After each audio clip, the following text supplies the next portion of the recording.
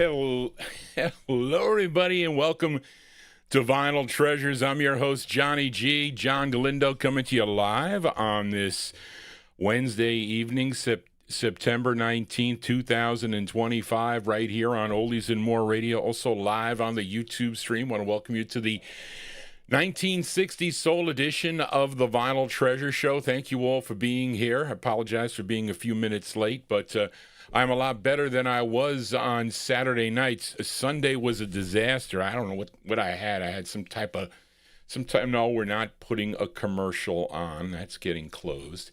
But anyway, so thank you all for being here on this evening here. We're here till about midnight. Maybe I don't know. It depends. Copyright police here. As it depends how many hits I play during the program. I don't like to feature hits. I like to feature songs that you hear that you don't hear on other stations. You could hear those. They're not records. They're MP3s or songs anywhere, but you can't hear a lot of the tunes I play here on those stations, and all on original vinyl too. So thank you all for being here. We opened up tonight's show. It's an all-request show, except the next three records are selections that I picked. But this was a request for listener G-Dog, a.k.a. Graylin, in our YouTube chat room. We opened up tonight with a trumpeter. Okay, trumpeter, band leader, arranger, and producer, born in Ashland, Mississippi. And he was raised, though, in Memphis, Tennessee. He would form his own band in 1954. He has a record on I didn't put it here, but it's on the Stomper Time label. That's pretty rare. Actually, there's two. He might have been the house band for Stomper Time, maybe involved with that label too a little bit. But that was before he became the house band for Home of the Blues and also the High record label, eventually becoming president of High Records. That was 1970, I think, when one of the owners passed away. But he would have 24 releases on his own on this High label, beginning in February of 62 through 1973. Now, Graylin requested his fifth release. It was a song he wrote from March of 64. We just heard Willie Mitchell. Willie Mitchell on the High label. It's called, did I write this right? Secret Home. Well, this is your secret home away from home. I guess we can call it that. But thank you all for tuning into this program. If you are new to the show, please consider subscribing to my YouTube channel here and click that bell so you get all notifications when Johnny G goes live, and click that thumbs up if you dig what you're hearing. But anyway, let's start it off here with the vocal portion here. This is different than my Saturday night show because I play those records by year. We kind of mix it up here a little bit with the records from the 1960s into the early 1970s. But we're going to open up with a 45 from 1965. I think this is an in-demand record, if I'm not mistaken. Paid $5 for this 45 from a collector. Unfortunately, passed away, I think, last year. Ken Thompson from South Jersey. Used to buy a lot of records from Ken Thompson back in the day when I was new to collecting. But this is an in-demand record, I'd say. This came out on Bill Haley's second wife's label. Okay, her name was Barbara Joan Kupchak. Okay, that was her name, and she owned this label. It was called the Cuppy label. Not a lot of releases on the label. Altegro is on the label I have, and I think I have one other, but this is the one that everybody wants on the label out of Philadelphia. The group included Tommy Keith, who wrote this song, James Keith, Walter Lockman, and Rodney Overby. Collectively, they were known as the D-Lights, D-E-L-I-T-E-S. Three of the members previously sang with a vocal group called the Del Reys on the Chord label back in 1958, and that Del Reys would later become the Teen Kings that recorded for B Records in 1959. In 61, they would change their name to the Delights, but they spelled it D-E-L-I-G-H-T-S with a release on the Night label. That's a pretty cool record, too. But I think this was their final single called The D-Lights, Lites, from 1965 on Cuppy Records. It's called Lover. Here we go. Lover by The Delights.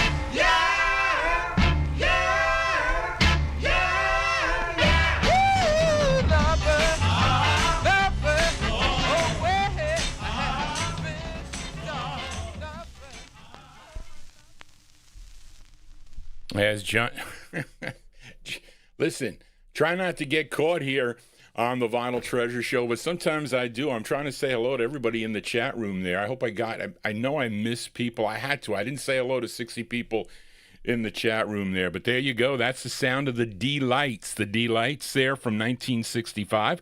It's on the Cuppy record label, song entitled Lover. I don't know what that record goes for. Let's just call it a 4-figure record. Somebody wanted that record. They thought I would sell the record. I never sell a record that I only have one of. I may trade it for a record that I really, really want, although it has to be a record that I really don't kind of dig too much. You know what I mean. But let us continue here for a Wednesday evening. Thank you all for being here. And here's another record I picked as we head to Los Angeles, California. At one time, this gal was married to Richard Berry. Of course, many of you or many of my listeners that tune into the program know that Richard Berry, very instrumental in the early days of vocal group harmony as a member of a number of groups, the Flares, the Crowns, his own solo efforts, not to mention discovering new talent as he probably did with this gal and ended up marrying her. She first recorded in 1961 on the Vanco label. That's a record that I do have. I saw it on 45 Cat today. I said, I own that record, and I was wondering how it sounded, so I got to find it. But she recorded on many different labels like Dot and Rev and Ellie and B&H and Little Star and Challenge. This one is on, I wouldn't call it David Gates's Planetary label, but he managed this label, and there's some cool releases on the Planetary record label. This was her second of two. It was written and produced by David Gates. Of course, you know David Gates. He was one of the originators of that 70s group Bread. It had a lot of hits in the early 1970s. And supposedly the Blossoms are doing background vocals on this. I don't know. Charted number 19 on WFEA, if you were tuned in Manchester, New Hampshire. Let's go to April of 1965 and give a listen to Dorothy Berry. Dorothy Berry on Planetary. It's called Shindig City. Here you go, Dorothy Berry. Here we go, folks.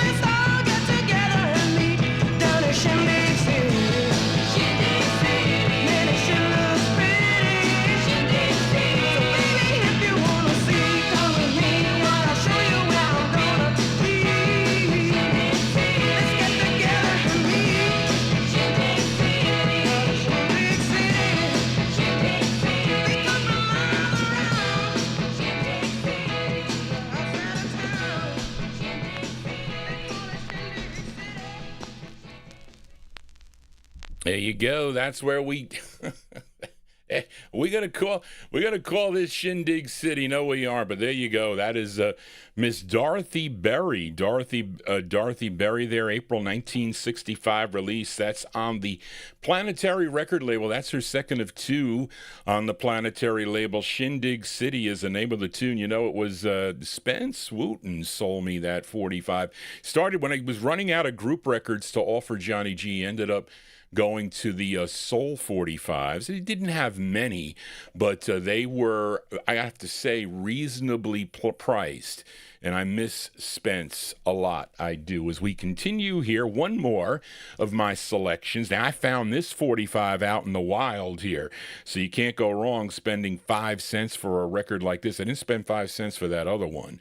But this singer, originally from New Orleans, Louisiana, but he was raised in Buffalo, New York. That's where Record Ralph, no, Record Ralph, you're not, well, you're up there toward the Buffalo area.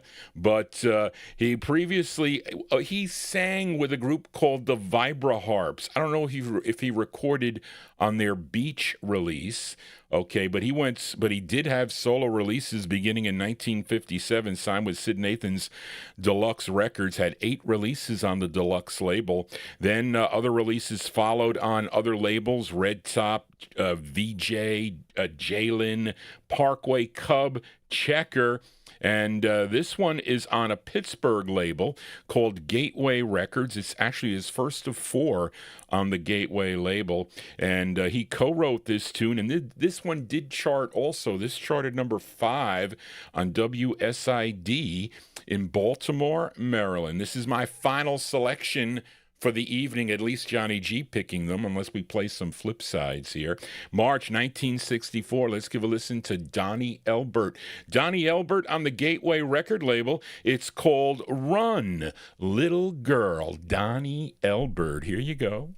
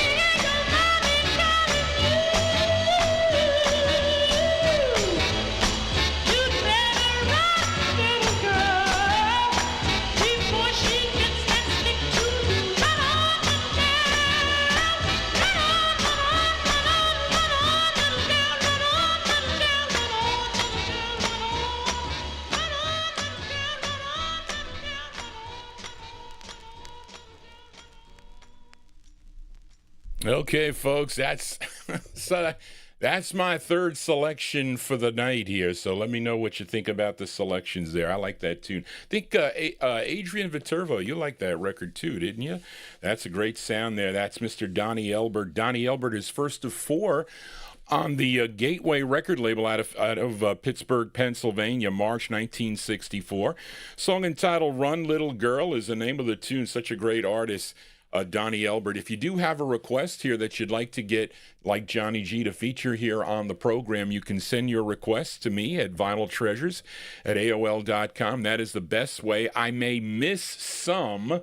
I missed Busta Bass's request, like I said, from a couple weeks ago. I just don't remember that, but I'm glad he told me about it. But there's a thing that that YouTube has that you can go back and check your comments. I have to also tell you another thing. So let's just say, for instance, okay, not that I want to give you a way to cheat, listening to the Vinyltreasure show, but let's just say you step out or whatever, you miss a song or whatever, and I don't know if it's on. I don't think you can do it live. You got to wait till the video posts up. But there is a little, like, kind of a star or something under the video, and you should see them on lots. I don't want to say it's on every creator's account, and this is, again, not for the live stream. This is for the videos that show up on YouTube. You can ask. It's artificial intelligence, though. They don't get the names right, but you could ask it you ask it a question. You could say, what are the songs that Johnny G played on this show? So you can do that. So what it'll do is it'll number them and they'll all come up. Sometimes it'll tell you what I say. I mean, I think it just records everything I say. So when I talk about the copyright police, you can say to Johnny G, talk about the copyright police, and it'll tell you that. I mean, it's like crazy. The only thing that it gets wrong, and I saw it because I on one of the shows, I sent a request out to Frank and Jerry Gingaro, okay? They didn't know how to spell the name. So they have some weird spelling of the name, so it's not going to get that correct. So you're going to see that. But you can get a gist of the songs that I play if you missed the show. So you can go there and say, well, let me see what Johnny G played on the program here. I think I'll go and steal this record. And they can go. So all those of you that said, Johnny G, you got to put a playlist there. Well, now with artificial intelligence, you will get an automatic playlist. You don't have to do it anymore. I just thought I'd throw that out there. But anyway, let us continue here on the Vinyltreasure show. We're going to do all requests from this point here. And this is actually a request for two people. And I was able to find this 45 late last night. This is for one of my UK listeners, Malcolm Baumgart in our YouTube chat room, and also for Grayland G-Dog in my YouTube chat room, as they requested this trio of sisters. Okay, first began recording as the Hutch Stereos back in 1962. That's a hard record to find. It's actually like a Christmas song. And again, I should say this out early. I plan on doing a Christmas show here on a it's going to be separate. It's not going to be on a Wednesday, or it's not going to be on it's not going to be a Wednesday or a Saturday. It'll be sometime during the week. Maybe it'll even be on Christmas Eve, like later in the afternoon or whatnot, because I know many of you go to bed early to get up to maybe to go to your local church or whatever. But send me some Christmas requests. I know Avatar I'm waiting for that list, only because I was down in the no humidity basement. I'm looking through these records and I'm like, well, what is this Christmas thing? What is this song? I'm looking at these things here and all these oddball Christmas things in my soul boxes too. I may overlap to some of the I don't want to do a lot of the common things. I want to do some of the things that, because I have so many, I got to find them though, is what I got to do. But keep that in the back of your mind, and you can email Johnny G at vinyltreasures@aol.com. But this is going out to Malcolm Baumgart and Graylin in our YouTube chat room. And this group first recording as the Hutch Stereos, okay? Hutch Stereos, I think that was on the local label, I think it was, but they were Sheila Wanda and Jeanette Hutchinson. And that was then beginning in 1967, they would change their name to the Emotions. Somebody answer that phone. New software table? I don't think so. Exit. So who is calling me at this time? They know I'm doing the show. But then they would record for Brainstorm and Twin Stacks. But in 69, they signed with Volt Records, had 17 releases on the label between 1969 and 1974. But this was their first release on the label. Tune written by the lead singer on this. Her name's Sheila Hutchinson. This is produced by Isaac Hayes and David Porter. This charted regionally. This was number 39 on Billboard. This was a big number 3 on the R&B chart and a number 1 record on WRHC if you were listening in Jacksonville, Florida. Let's go to March of 1969 by request for Malcolm and Graylin. Here are the Emotions on Volt. It's called So I Can Love You. The Emotions. Here we go, folks.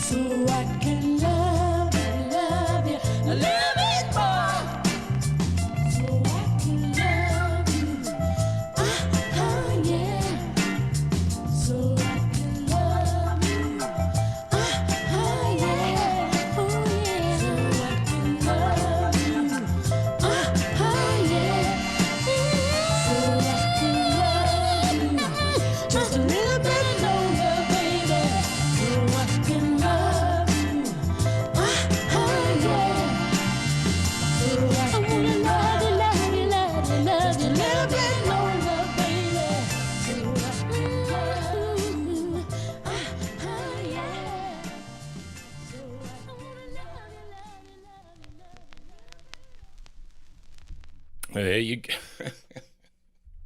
I had to louden that one up. I like that record a lot there. Actually, both sides of that record are good.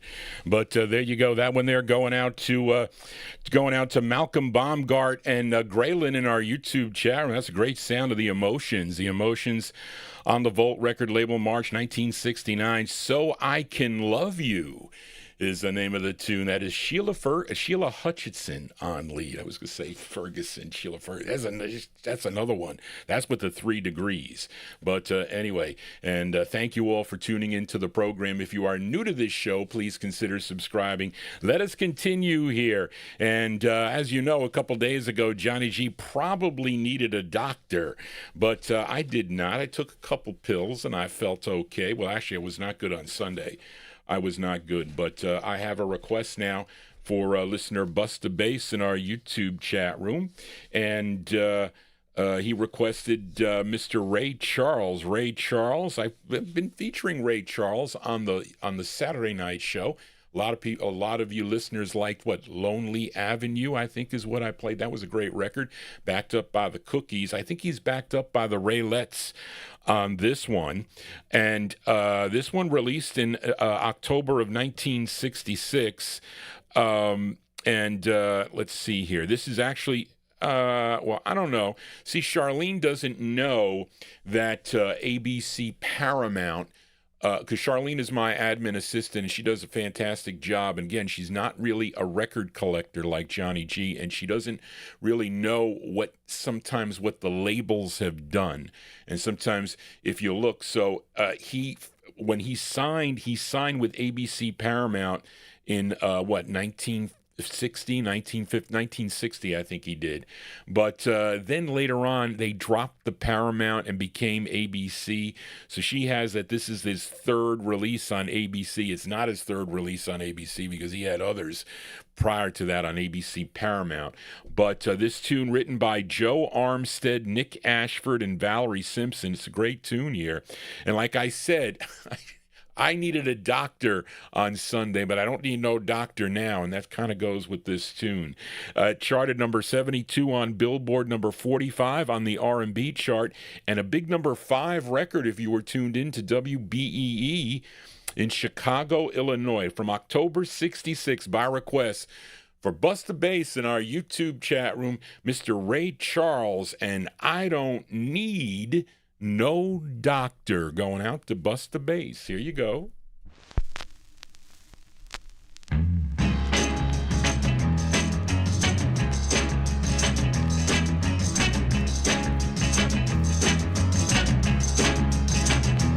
I don't need no doctor, 'cause I know what's in me. I don't need no doctor, no, 'cause I know what's in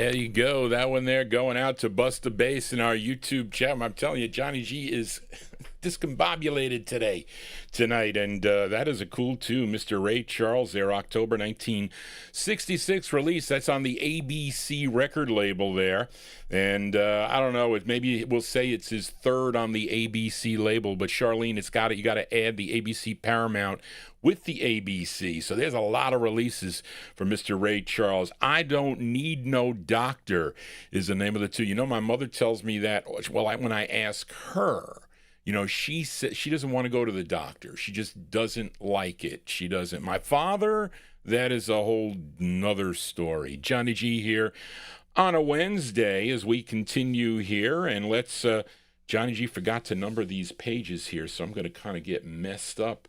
And I want to go to a request now for a listener, Warren Russell, in our YouTube chat room. Here we go.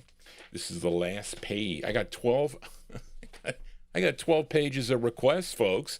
You want to see all your requests? They're right here. I'm going to show you the guest spot here.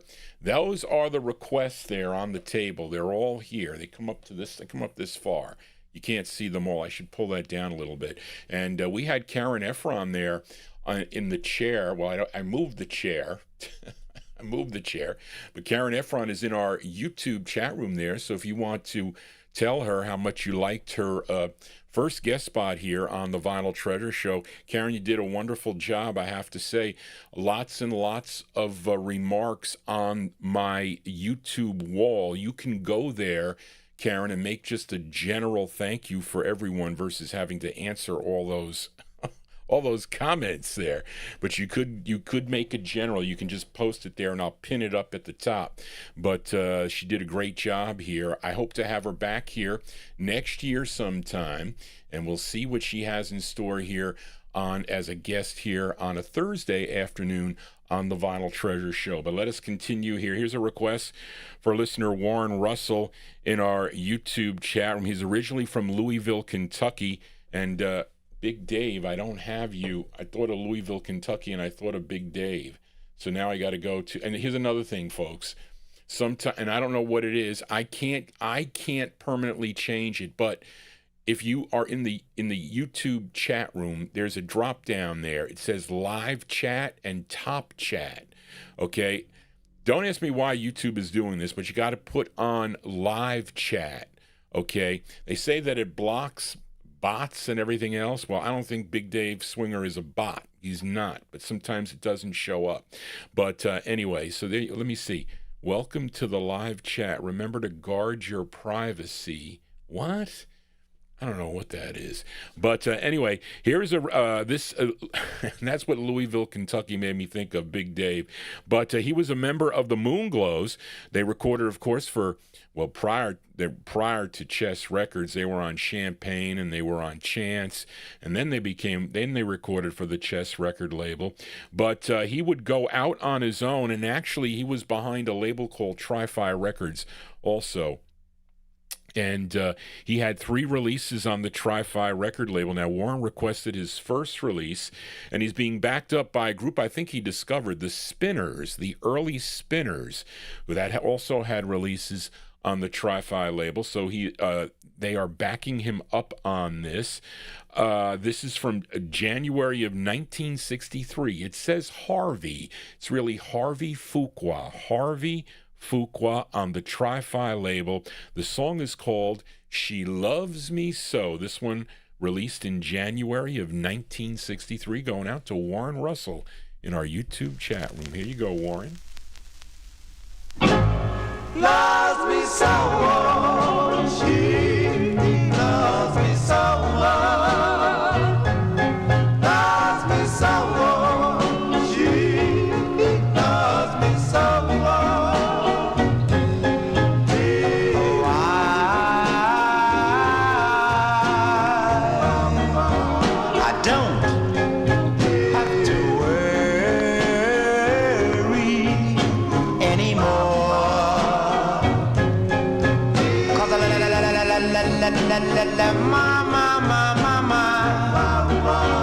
My baby, she loves me so.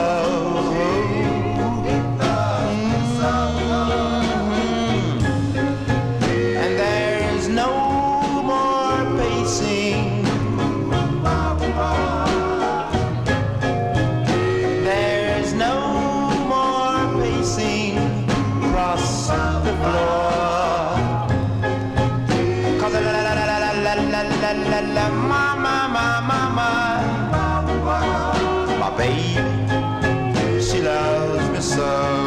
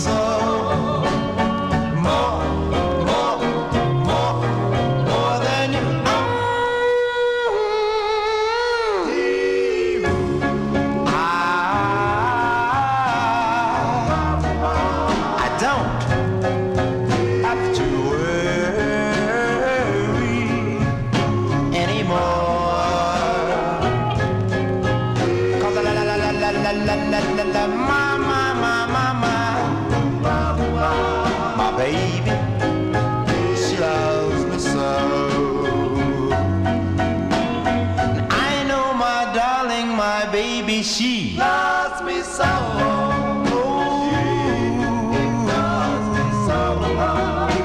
She loves me so. And I know my baby loves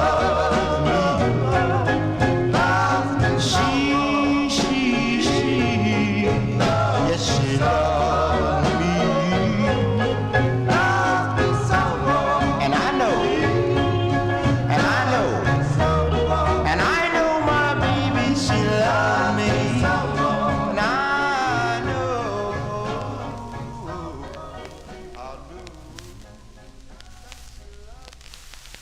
There you go. That one there by request for Warren Russell in our YouTube chat room. That's the sound of Harvey, really Harvey Fuqua. Harvey Fuqua, the first of three, together with the Spinners, recorded on the Tri-Fi record label out of Detroit, January 1963. She Loves Me So is the name of the tune. I don't know if she does or not, but Barbara has a request tonight. And I don't know, Barbara, if you tuned into the program here, it's a, we'll get it on. It's an I thought I didn't have it. I told Charlene I'm not sure I have this Ike and Tina Turner on Blue Thumb, but I ended up having 2 copies of the record, but it wasn't checked off. You see, Leonard Mancini knows that sometimes when my it's actually 69, but it was re-released, I think, as a B-side later on. But we'll get to that. But let's backtrack a little bit here. As I do, you can ask Mark Speck in our YouTube chat room. As I do live requests here on the live broadcast, but the record has to be in the vicinity of Johnny G's. So if I have the record and it's a favorite, and the flip side is a favorite of yours, and hopefully it is not a hit, then I can flip it over and play it. Many of you also request the A and B sides of records too, and I like to play the B sides of hits. Those of you that request the hits, sometimes it's not. I don't want to talk about the hits here on the show, but let's flip over that Ray Charles record that Busta Bass requested. And we heard from October 66, Ray Charles on ABC with I Don't Need No Doctor. That was for Busta Bass in our YouTube chat room. Avatar, also in our chat room, Charles Ellis asked if I could play the flip side here. I mean, Avatar knows his music. So let's flip over. I Don't Need No Doctor by Ray Charles. You get this tune. It's called, I think I wrote it down right. It's called Please Say You're Foolin'. This is Ray Charles for Avatar in our YouTube chat room. Here you go.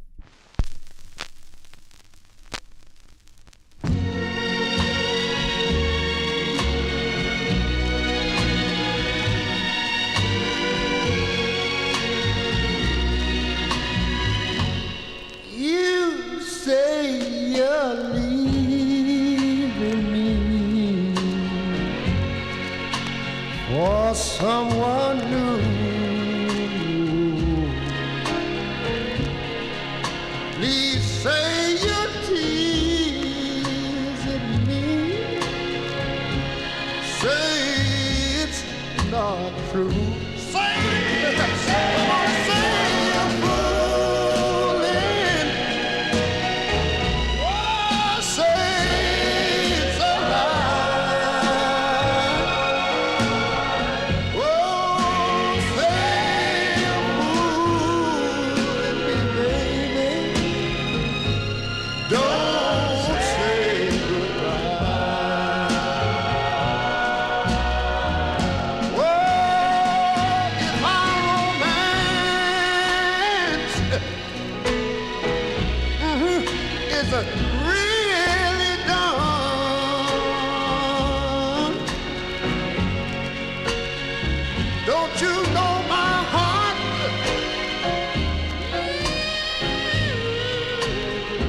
never see the sun to be your everything. That's sweet and divine. Don't keep me wondering, baby, if you're still mine. Say it! Come on and say you're fooling. Oh, say it's a lie. Oh, say you're fooling me, baby.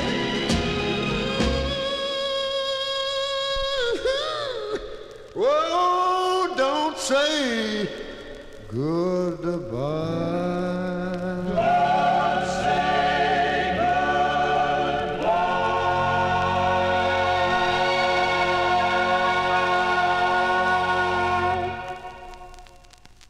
Instant requests here on the Vinyl Treasure Show. That one there going out to Avatar Charles Ellis in our YouTube chat room. That sounds like a little bit like I Can't Stop. Doesn't it sound like a little bit like his earlier release on the ABC Paramount record label? That one there, October 66. That's a B-side to I Don't Need No Doctor. Please say you're fooling is the name of the tune. That's for Avatar. Johnny G ain't fooling. Again, if you do have a request, I see a request in the chat room from a new listener. Okay, I wish I did have 1,045. I wish I did have 1,045s. Arch wants me to round up to about 200. All right, maybe with all the purchases in the last couple years, maybe I'm up to 200,000 45s.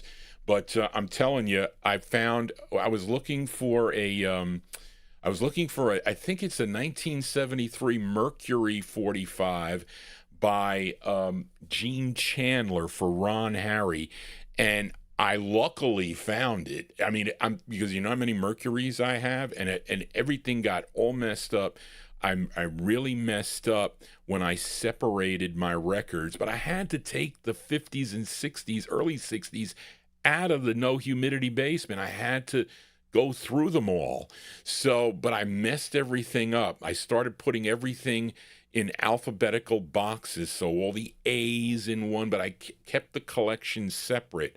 But and I was like, are these 70s records? I can't tell. I didn't have time to look in the books to check when the numbers changed. So I didn't check everything off.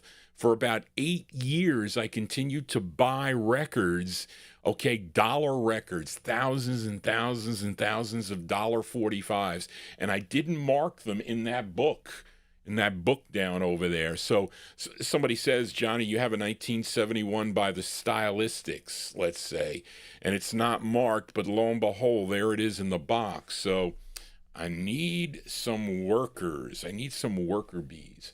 But I babble on here. Let us continue here. And let's fill a request for Record Ralph in Syracuse. As I have to say, Record Ralph, you run into my station manager or the head of Oldies and More Radio, Joe T, a lot at the record store up there. Please tell him hello from me. I did say hello. It was yesterday. I went into his chat room to say hello. I went to listen to an a cappella session by Charles, who came in the show Saturday. But what I really wanted to say, though, for the Saturday show, Pinto, who made a request for the flip side of, I think it's called Sometimes When I'm All Alone. Yeah, you want that on the, do you want that on the singular label, or do you want it on the ABC Paramount label? Because I guess I'll play whatever is the cleanest copy I have, because if you wanted At the Hop, then I can do the countdown one for that. But we'll pull that out. Charlene will mark that down. But if you do have a request for that show, it's best to email Johnny G at vinyltreasures@aol.com. That is the best way. And at least you'll know. So you'll know when your record's going to get played. I mean, if you send me, a lot of requests, then I'll pick from there. And some people, you'll listen to the whole show, or they listen to a certain point and then go back and listen to the archive. But at least you'll know when it's going to be played. Well, unless if it's one, you will. But if you send me multiples, you might not. But this is for Record Ralph. Next time you see Joe T, please tell him hello from Johnny G. But Record Ralph requested this. I'm looking for his write-up here. Here we go. This group from Bayonne, New Jersey. Many of you know this group from Bayonne, New Jersey, but maybe you didn't know they first recorded as the Creators, okay? Creators on the TK label, I think it was. TK Records, I think that was like 1962. And then they also recorded for the Philips label.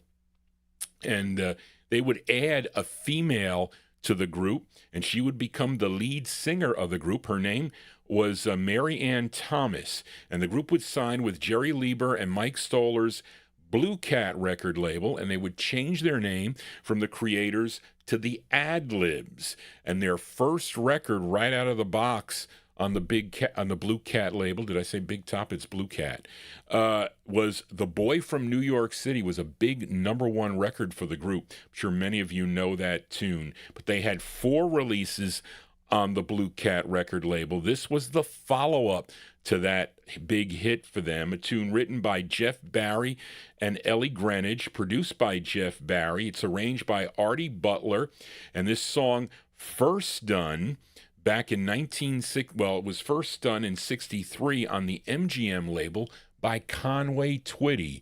He did this song first, but it was the male version called She Ain't No Angel.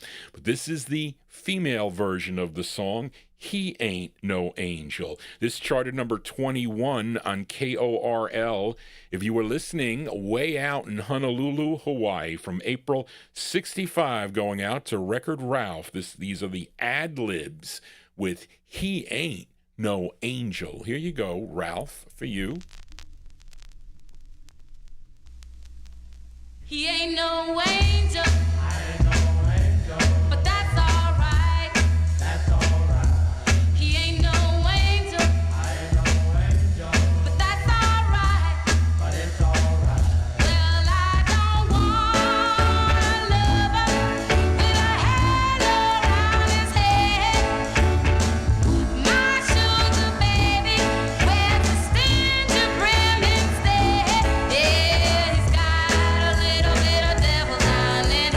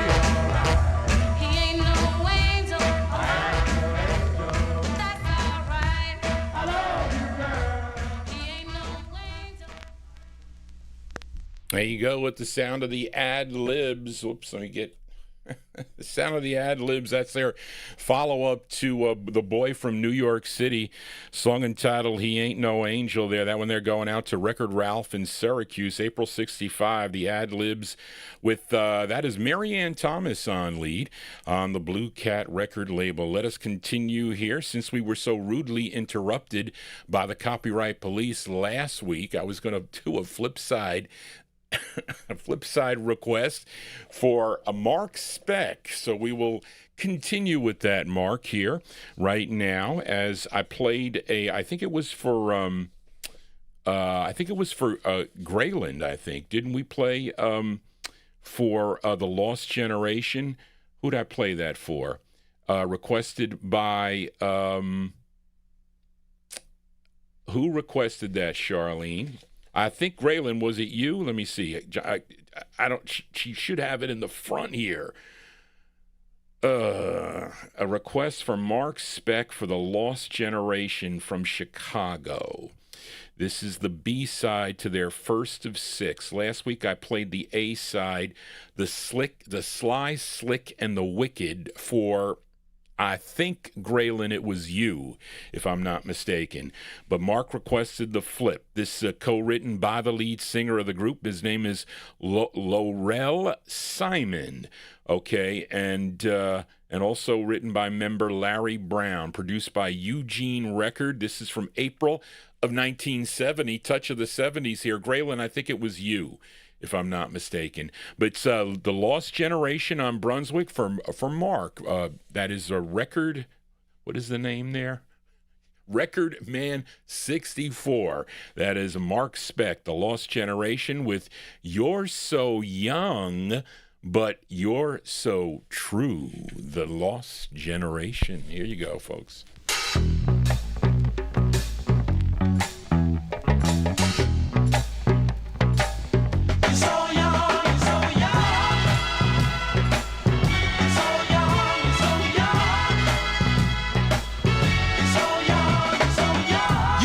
Special kind of a girl. I want you, baby. Come on into my world. Now you're one of the things that happiness means. You're the girl that makes my heart sing. You're so young, but you're so true. And for a young girl, that's hard to do. You're so young and you're so fly, and you showed up. You caught my eye. Now you can attract just about any man with the switch of the hip and the wave of your hand. But when they flirt, you say that I'm your man, and that's the kind of loving that I understand. You're so young, but you're so true, and I'm so much in love with you. You're so young, but you're so fly, and you really, baby, you caught my eye. You're so young, you're a baby, Lord have mercy.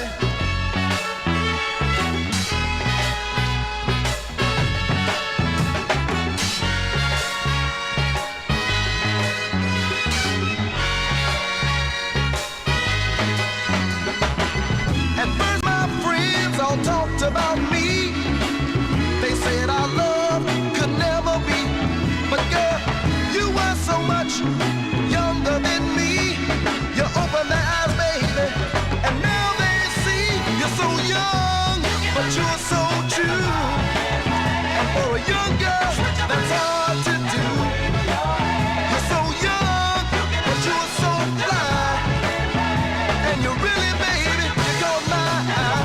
You know, you're so young, baby. You know, you're so fly, and I love you. You know, you're so boss, baby. Baby, so young. There you go. Johnny G losing his voice already. B-sides here on the Vinyl Treasure Show. That one there going out to Mark Speck in our YouTube chat room. That's The Lost Generation. That's the flip side of a tune called The Sly, Slick, and Wicked, a song entitled You're So Young, But You're So True is the name of the tune. Well, I know Johnny G wishes he was younger, but I am always true is what I am. That one there from April 1970. Touch of the 70s here on the All 60s edition. And let's stay in the 1970s here, as I know Miami Santi is a big fan of the 1970s. We kind of just touched. I don't think I've played. I think I closed the show a number of weeks ago with a 1975 by Smokey Robinson, I think, possibly. And I thought I was going to get shut down for that record, but I did not. But let's try this one. Let's stay in the early 1970s because, again, I was still in junior high school when these records came out. But this is a request for UK listener David Dallison. This group is out of Glassboro, New Jersey.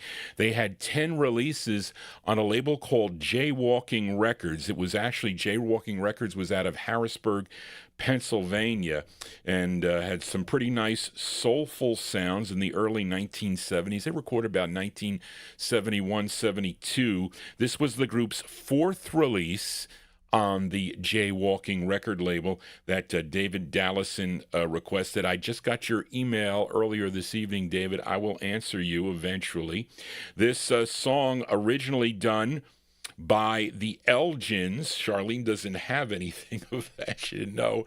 But of course, this was Bonnie Pointer also recorded this, but much later, in the 1980s possibly, I think. But this is an interesting version here. May 1972, this is a Holland Dozier Holland Penn tune by request for David Dallison in the UK. Let's give a listen to the Continental 4 and their rendition of the tune, Heaven Must Have Sent You. Here you go, David in the UK.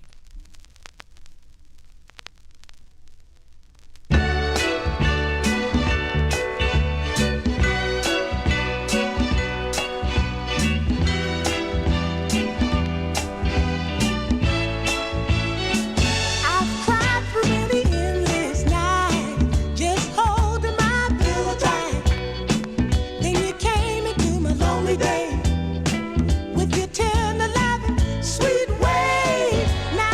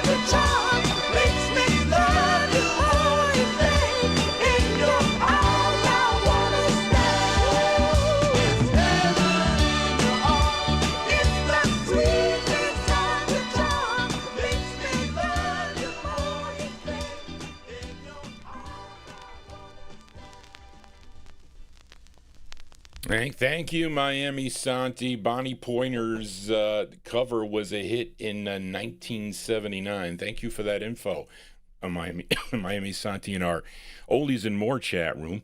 But that is the sound of the.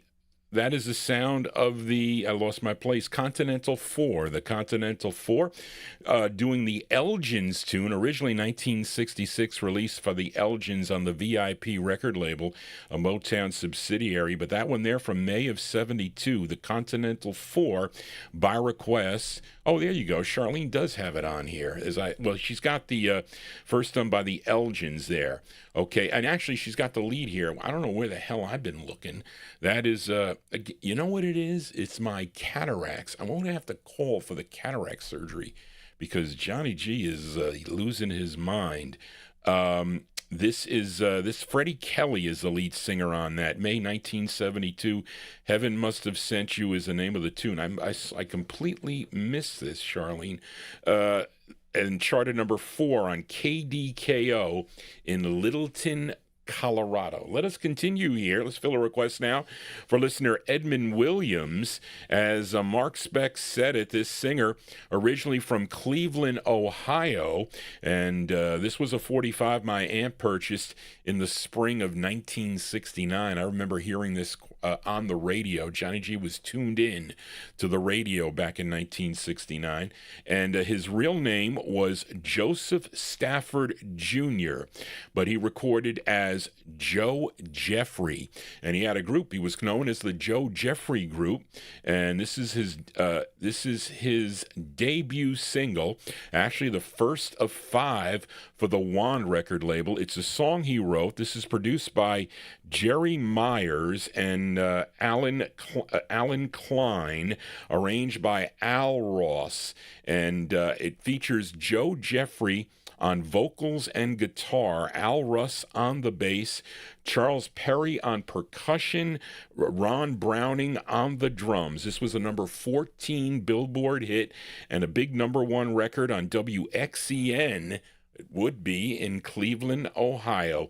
By request for Edmund Williams, here are the Joe Jeffrey Group, May 69. It's called My Pledge of Love on Wand. Here you go, Edmund. For you.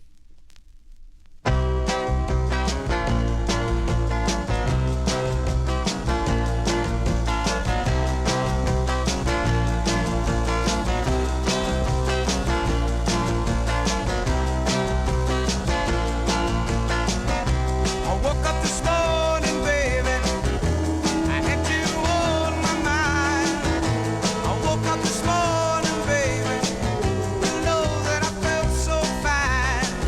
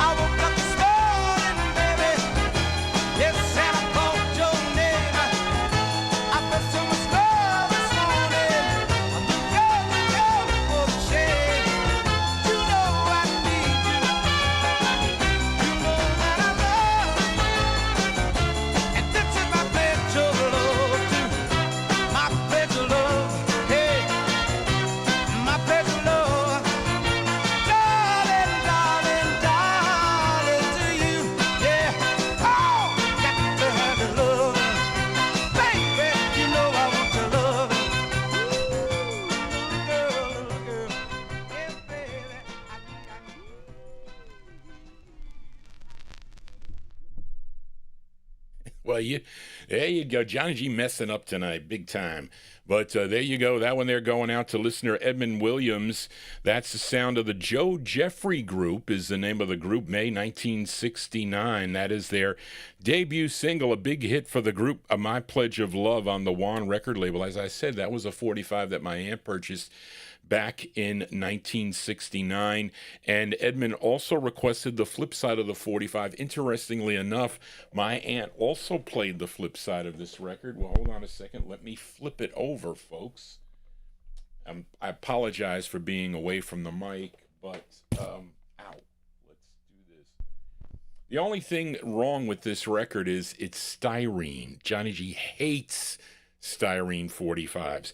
But anyway, so Edmund also requested the flip side here. Now, this song, the B-side here, actually the song dates back to the 1920s. Eddie Cantor is the one that popularized the song, I think in 1921. But Fats Domino does a good version of this tune, and so many others have recorded this also. The tune written by J. Russell Robinson and Conrad and Benny Davis. It's produced by Jerry Myers and Alan Klein. This one from May of 69, the flip side of My Pledge of Love on the Juan label. The song is called Margie. This is for Edmund Williams. Here you go, Edmund, for you.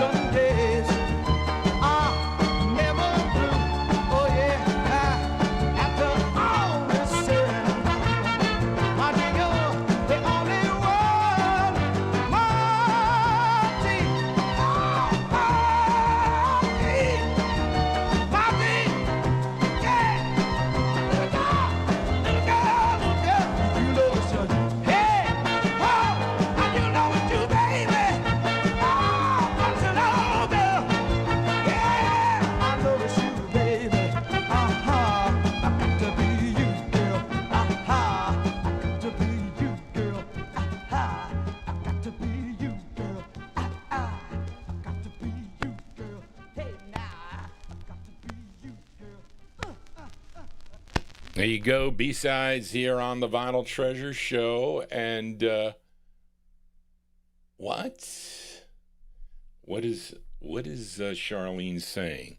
Someone to love me. She's telling me, hold on a second. Let me show you. Well, wait, I want to make sure I don't mess this up, because this is a request for listener Frank Chingaro in our YouTube chat room, because I had this, maybe I should just play, you know what? Someone to love me. She's right. Let me just play it the way Frank requested it versus playing the original thing here, what I wanted to do, because these are two records that came out on two separate things. All right, Charlene, thank you for that. Charlene is my savior here tonight. And there you go. That one there going out to Edmund Williams. That's a B-side there. Margie is the name of the tune. That is the flip side of My Pledge of Love. The Joe Jeffrey Group is the name of the group, and that one there from May of 1969. Let us continue now. Let's fill a request for Frank and Jerry Gingaro in our YouTube chat room. This blues singer here will just he was from Naples, Texas, okay, and he was born Arzell Hill, okay, but he changed it to ZZ Hill. I think ZZ Hill sounds, although Arzell sounds okay too, I guess. What can we say? But he began singing gospel in the 1950s with the Spiritual Five, and then began recording 1963 on the MH label, which I think is his brother's label. Yeah, founded by his older brother, Matt Hill. In 1964, he signed with Kent Records to have 15 releases. Now, this was, well, Frank requested both sides of this. This release that I'm playing, I thought I was trying to play the original release of the record, but Charlene said I had the wrong side for this. But this record came out in May of 1971 as Kent number 4547. Okay, and it's called I Need Someone. Let me see. Yeah, I Need Someone, parentheses, to Love Me. Okay, and we're going to play the flip also, a song called Oh Darling. So we got this kind of awkward, Charlene, is how this went. But anyway, so this song originally released in January of 65 as I Need Someone. So I'm featuring the re-release of it, and probably doesn't sound as good as the original would have sounded, because I have this song when it first came out back in January of 65. But I'm going to feature it in the May 71 release for Frank from January 65. ZZ Hill on Kent with I Need Someone, parentheses, to Love Me. That is the revised title. Here you go, Frank.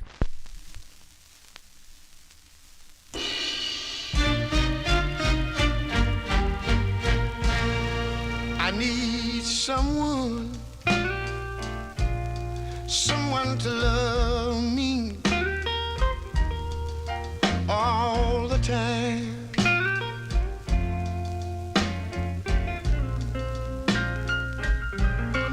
I need someone whose love that isn't blind.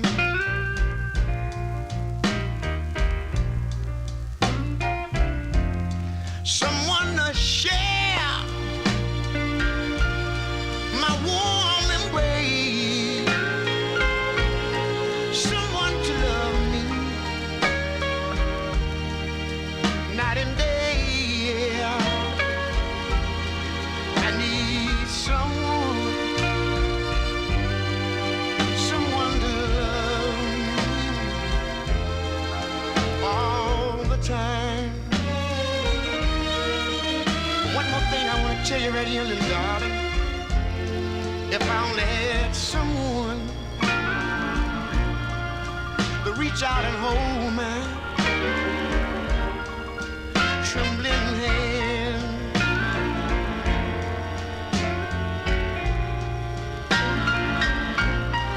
I need someone to hold my trembling hand.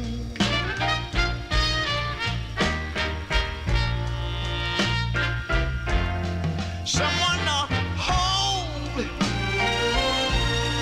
my trembling hand. Oh, I need at my command. I need someone to keep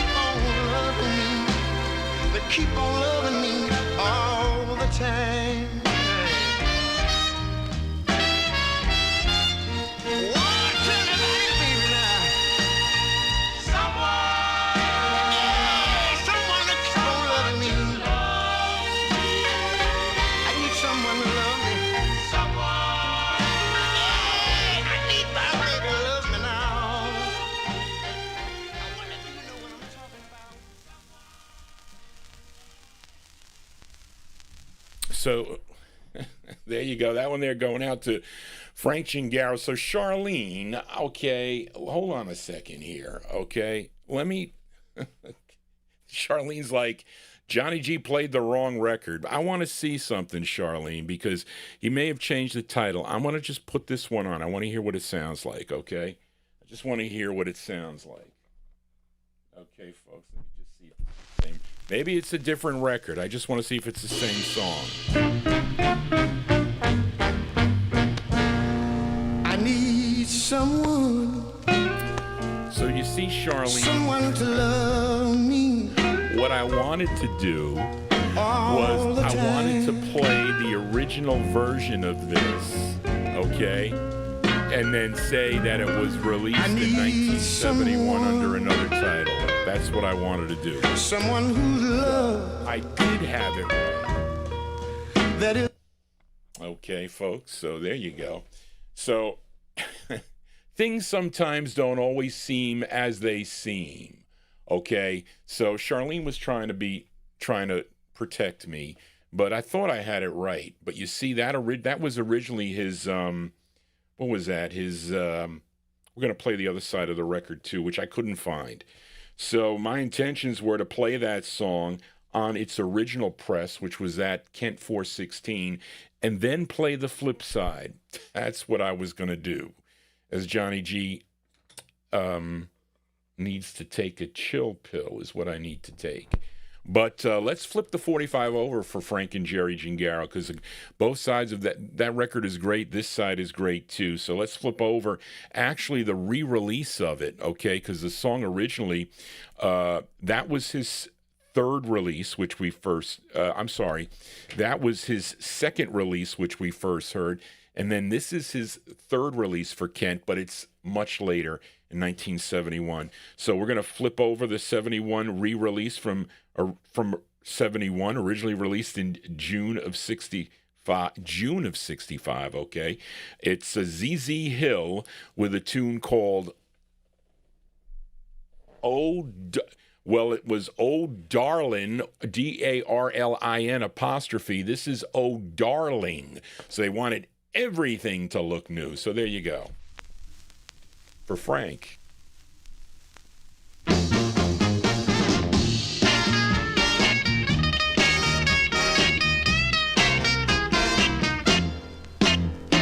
Oh, darling, I'm so lonely. Little girl, I need you only. I need you by my side to be my only girl. Oh, darling, tell me you love me. Little girl, tell me you care. Tell me you need me, and I will be there. Life has been good to me ever since life began. But I know that I've done wrong. Forgive me for my sin. Oh, darling, please come back to me. Come on back where you ought to be. It hurts you in my heart, although we're so far apart. Life has been good to me ever since life began. But I know that I've done wrong. Forgive me for my sin. Oh, darling, please come back to me. Come on back where you ought to be. I need you by my side to be my only girl. I need you by my side to be my only girl. I need you by my side, girl, to be my only girl.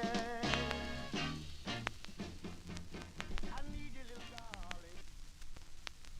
There you go. We actually, you know what this really means? It's actually It is a well, it's really a twin spin for Mr. Z.Z. Hill. And that tune called Oh Darlin' originally. And Frank, that one there came out in June of 65 on Kent 427. I got so many Kent records in my collection. So my what I really wanted to do with these two records by Z.Z. Hill is to play both the original versions of them versus the 1971 press. But you see, when my dealers or my dealer friends, when they offered me records, they knew I was collecting the Kent label in general. So they were like, Johnny G, do you want to buy the reissues of the stuff that comes out? And that went for Columbia Records too. So I ended up buying. I would buy all the reissues and all the oldies series also. So, you know, all those Elvis Presley 447 series, but they were from the 70s, I think. So I bought them all with they were picture sleeves and a whole bunch of things.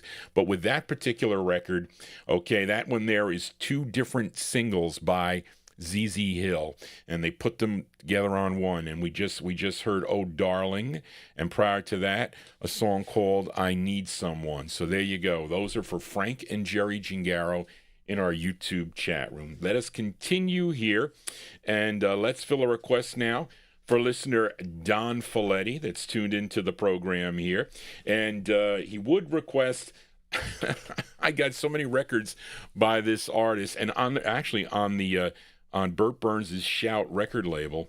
Hold on, let me find my little write-up here about it, which is on page 4. Yeah, it's on page 4. So this next singer, he's originally from Providence, Rhode Island. First recording, and a lot of people don't know this, this debut single came out on Zell Sanders' J&S record label. Actually, my scan, I think, Reed King asked me for a scan of the record, and somebody wrote his name in. Okay, wrote his name in on J&S. I think it was a 1956 release on J&S Records, but he continued to record through the into the 1970s.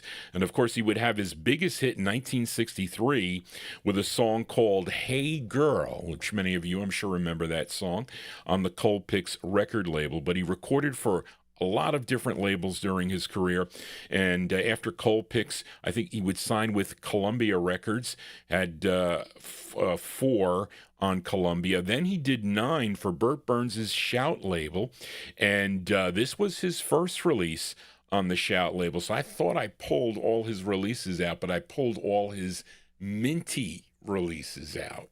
Okay, so the ones that were kind of like used, I left down in the no humidity basement. So I'm like, where is this one? So I had to go down, and I found it. So I did find it after much scrubbing. But this is a request for listener Don Folletti. This is Mr. Freddy Scott, his first of 9 on the Shout record label. A tune written and produced by Burt Burns, arranged by Gary Sherman. This charted number 38 on Billboard, but this was a big number 1 R&B hit for him. This is from November 66, Mr. Freddy Scott on the Shout label for Don Folletti. It's called Are You Lonely for Me? Freddy Scott. Here you go, Don. Are you lonely for me, baby? Yes, I am. Are you lonely for me, baby? Coming home, are you lonely for me, baby? Oh, it's a last train to Jacksonville. I'm gonna get on it, baby. You know I will.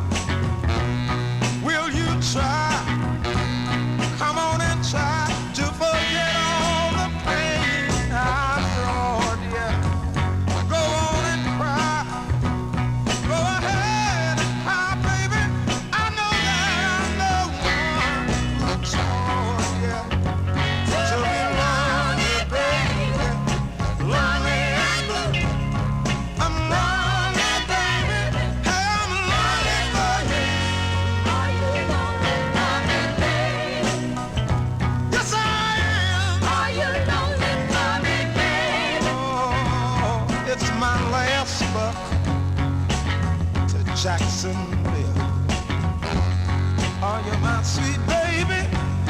Are you still? Tell your friend it's the end. I will never again desert you. He will laugh. I can hear him laughing, baby. He'll say I was born to hurt you. Oh, I'm sorry, baby. I'm sorry.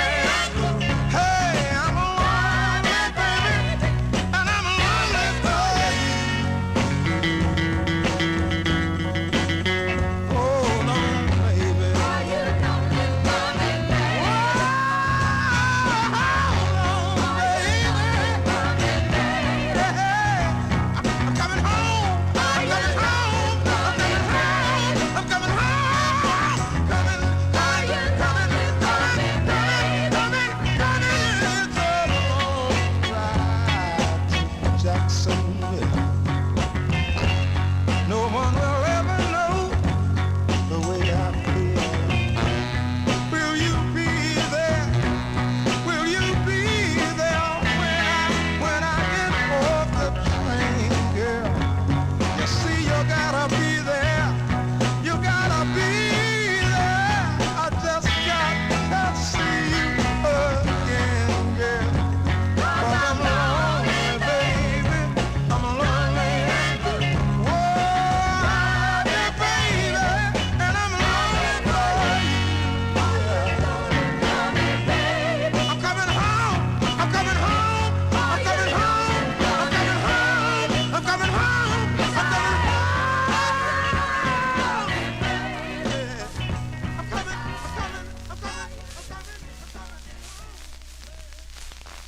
There you go. Surface noise and all there. That one there going out to listener Don Folletti, tuned into the program. That's the sound of Freddy Scott. Freddy Scott there, his first of 9 on Burt Burns' Shout record label. Came out in November of 1966. Freddy Scott with Are You Lonely for Me is the name of the two. Well, you don't have to be lonely for Johnny G, but if you are lonely, you can always tune in to the Vinyl Treasure Show. We're here on Wednesday evenings from 9 to midnight. We'll see how long the copyright police take us down. We'll see how that goes, but thank you all for being here.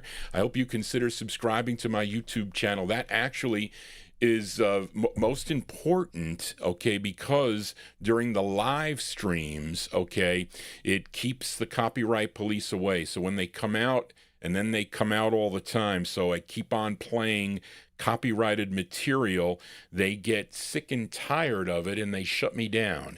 That's how it works here. But I should be clear for the first 2 hours, unless I play a band record, and sometimes some of those big artists are the things that cause Johnny G problems. You see, if I was just on Oldies and More, I would be able to play everything, but then you won't have a visual. So I know many of you like the visual. You're watching Johnny G on your TVs. But let us continue here. Let's fill a request here. We're going to play the flip side of this too. Mark Speck also made an instant request, but we're going to fill a request for listener Ron Harry in our YouTube chat room. This singer, he hails from Dallas, Texas, has 3 releases on, wait a minute, on 3 overall releases, Charlene, I guess. Yeah.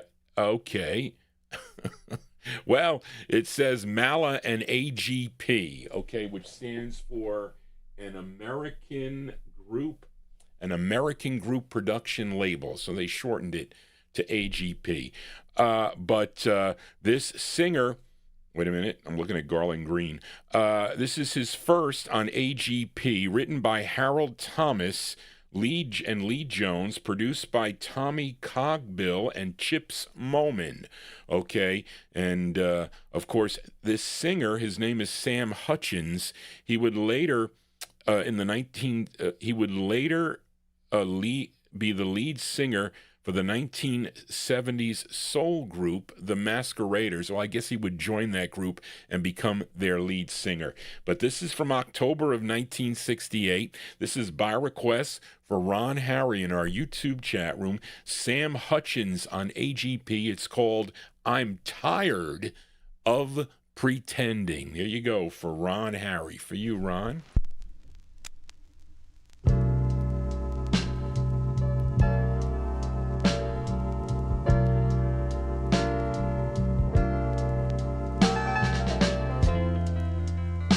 things I used to do, I did them for a thrill.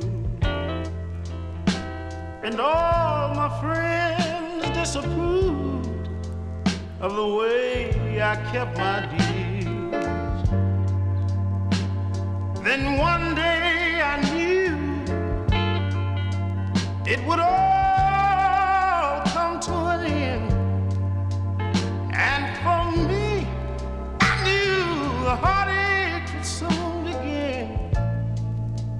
Yes, they would.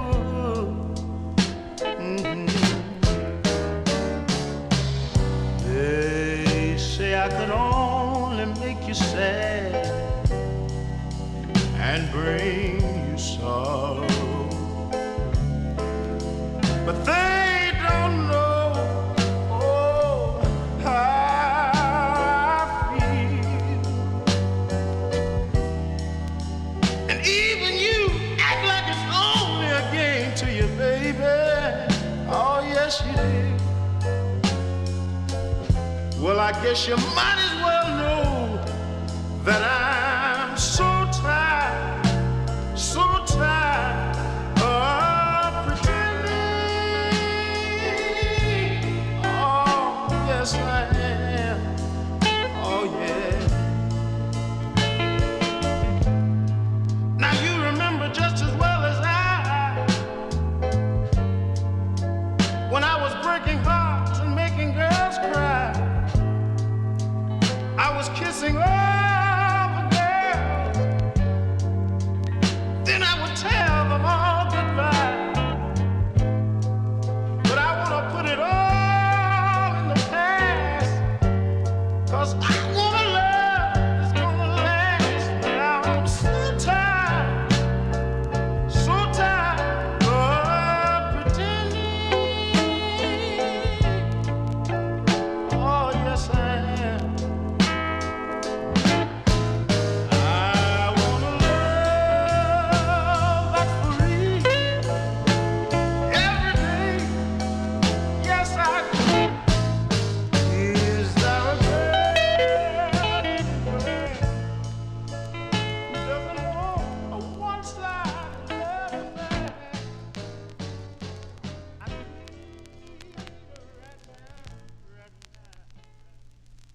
Hey, like that one there in the YouTube chat room. That's the sound of Sam Hutchins.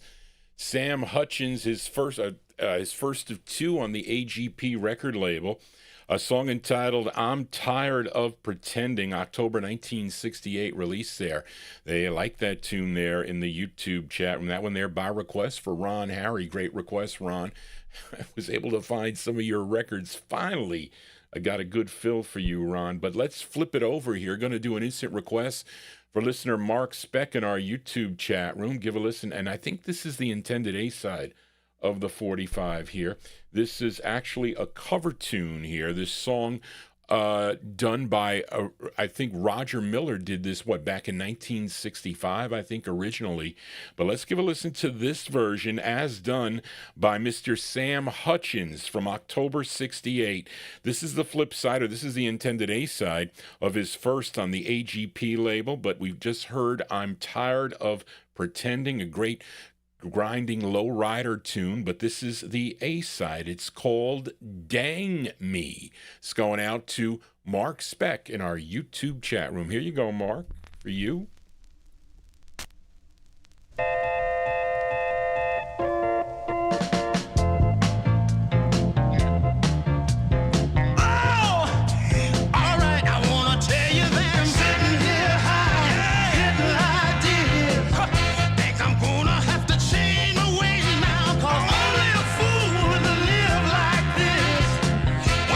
Home is just a change of clothes, and then I'm out all night, yeah, running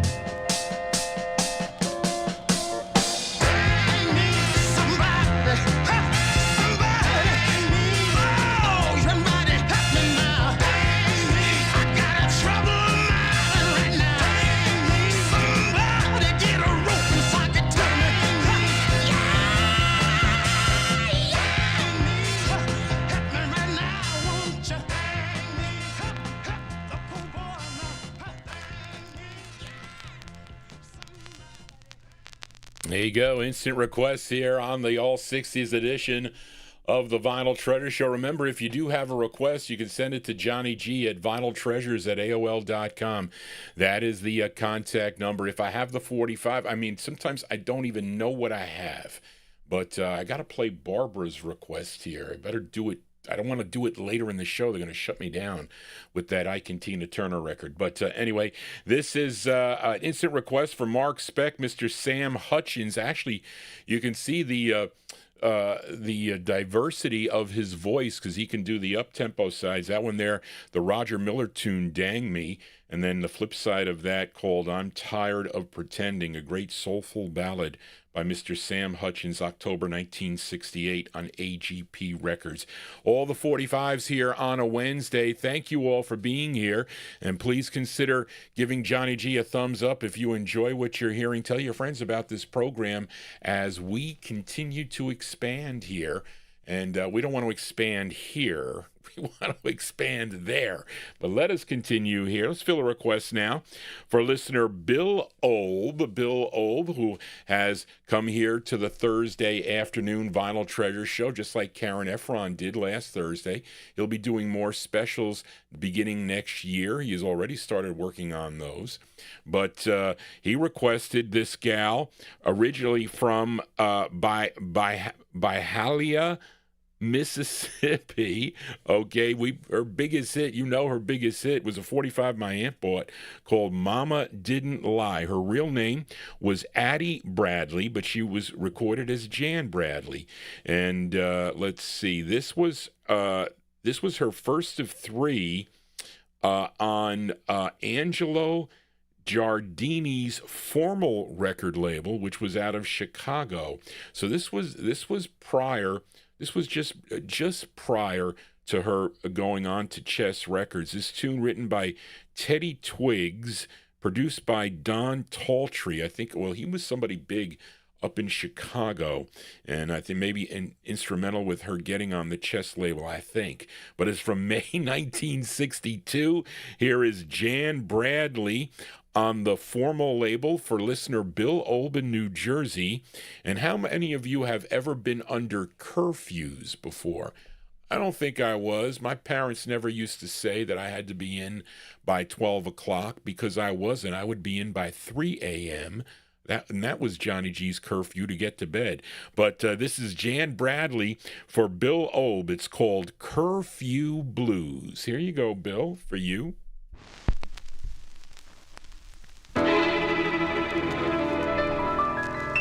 The clock is striking 10. I've never been so away.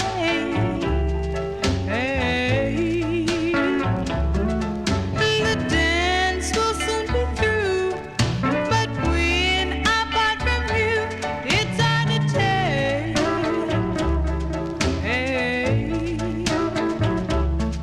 You're really on your P's and Q's. Oh, I've got the curfew blues.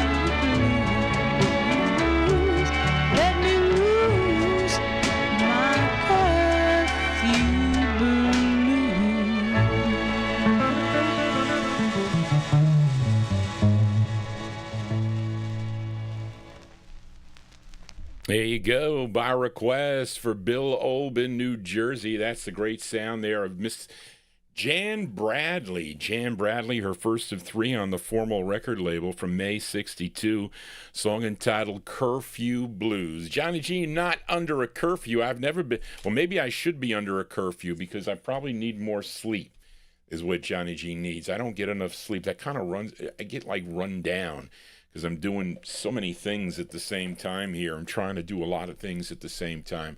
And I don't have time for anything anymore except to play my records. As I get, can't you tell I get some enjoyment of playing my records? I do. But anyway, I hope you're enjoying the show too as we continue here. Now, Barbara, who has been helping a little bit with the requests, she's got to come over here. I have one more part of her birthday gift here. She needs some. I got her a couch. She wanted some special calendar for December. I said, well, it's here now. It didn't make it for your birthday on November 3rd, but it's here. And she came to help. She filed a box of records. She did good because I found something easier. Anybody that helps Johnny G filing is always a good thing. But I was surprised. I said, what is this extra thing here on the list that she sends me? And then I send it over to Charlene. So she said, well, I want to make a request too. I says, okay. I said, what do you want to request? And I'm going, well, how do you know this record? I said, how do you even know this record? So this is Barbara Moreau's request, okay? And I was like, okay, here you go. And I featured this husband and wife. Well, they were, at least at this time, husband and wife, a duo of Ike and Tina Turner. And I don't know, maybe that was what was running through my mind that time. I identified Anna Mae Jackson, of course, of the Elvinos. I called her Anna Mae Bullock, but maybe I was thinking of Tina Turner. But they were Anna Mae Bullock and, of course, Ike Turner, okay? And, of course, they have so many releases on so many different labels, lots of things that they have done, and on their own, on Turner's labels, too. He was all over the place. I remember seeing him on an episode of Judge Judy, believe it or not, I think. But this was their first of four that they did for the Blue Thumb record label. And you're going to know the song because the song was first done by the Big O. He did it back in 1965 for the Volt record label. And the tune, though, written by Jerry Butler and Otis Redding. And this is Tina Turner, of course, on lead. And she's got here with the Ikeettes. The Ikeettes are on this side? I got to listen again. I don't know if it is. But this is produced by Bob Krasnow and Tina Turner. And it was arranged by Ike Turner. Now, this charted number 68 on Billboard, was number 23 on the R&B chart, and a big number 7 record if you were listening to WOL out of Washington, D.C. And then, of course, I'm looking through and I find the 1971 re-release of it with a different flip, I think. But it's from April 69 by request for Barbara Moreau, Ike and Tina Turner on Blue Thumb Records, and their rendition of the tune, I've Been Loving You Too Long, for Barbara Moreau. Here you go, Barbara, for you.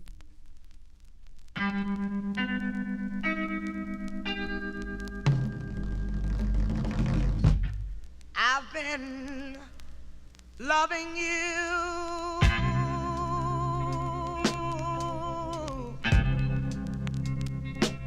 too long.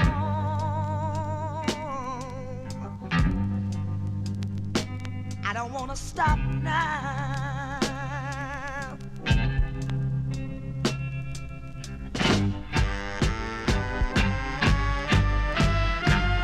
But you tried,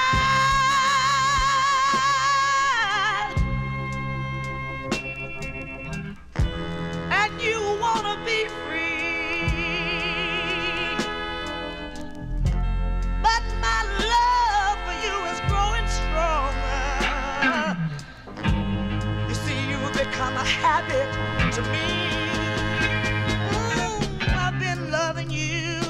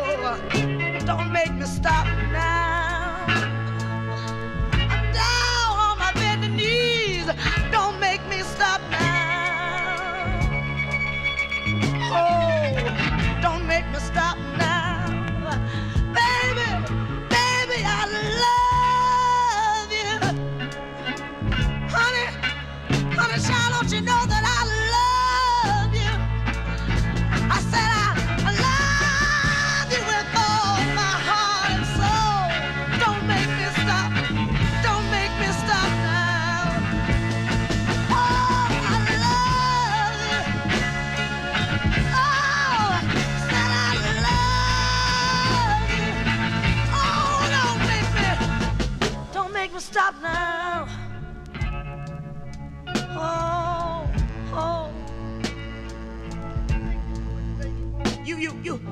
You can make me do anything you want me to do. And I'll even say anything you want me to say. Buy anything you want me to buy. If you just stay and make love to me.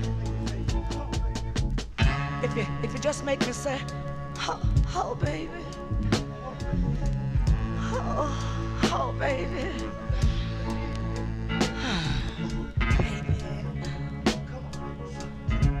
Baby, suck it, suck it, suck it, suck it to me, baby. Oh, oh, oh, baby, baby, baby, don't make me stop now. Oh, oh, I love you. Don't make me stop now, baby.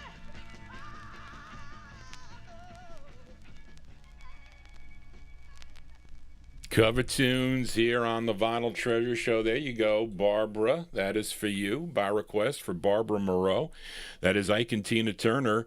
That's Tina Turner doing the Otis Redding tune, I've Been Loving You Too Long. That's on the Blue Thumb record label from April 1969. Let's go to the opposite side of the street now. You heard one side of the street there with Tina chanting, I've been loving you too long. Well, let's go to the other side of the street as we fill a request for listener Kid Kilowatt in our YouTube chat room. And this singer originally from Nashville, Tennessee, and was a member of the 1950s group called the Chargers that recorded for the RCA record label. He was also a member of the Dinosaurs that recorded for Rendezvous, but he would go solo in 1960, recording for a number of different labels, Good Sound, Ray Star, Samar, and Mercury. And this is on H.B. Barnum's Little Star record label, which is out of Hollywood, California. It's his first of four, written and produced by H.B. Barnum. This charted number 47 on Billboard, 21 on the R&B chart, and a big number 3 record if you were tuned in to KTKT in Tucson, Arizona, from April 62, going out to Kid Kilowatt.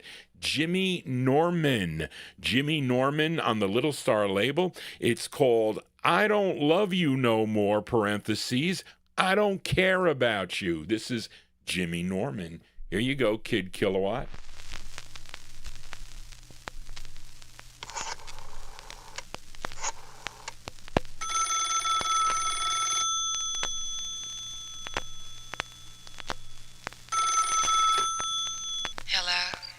Hello, girl. Who's this? This is me, and I just want to let you know I don't love you no more. You and I are through. I don't love you no more. I'm gonna find someone new. No, I don't wanna be worried about Johnny and Jack. Don't wanna be bothered about keeping track of all the things you do. 'Cause I don't care about you. No, I don't love you no more. Then got you off my mind. Throw your picture up. 'Cause I'm tired of you lying. Oh, I'm gonna start going out, playing in the town.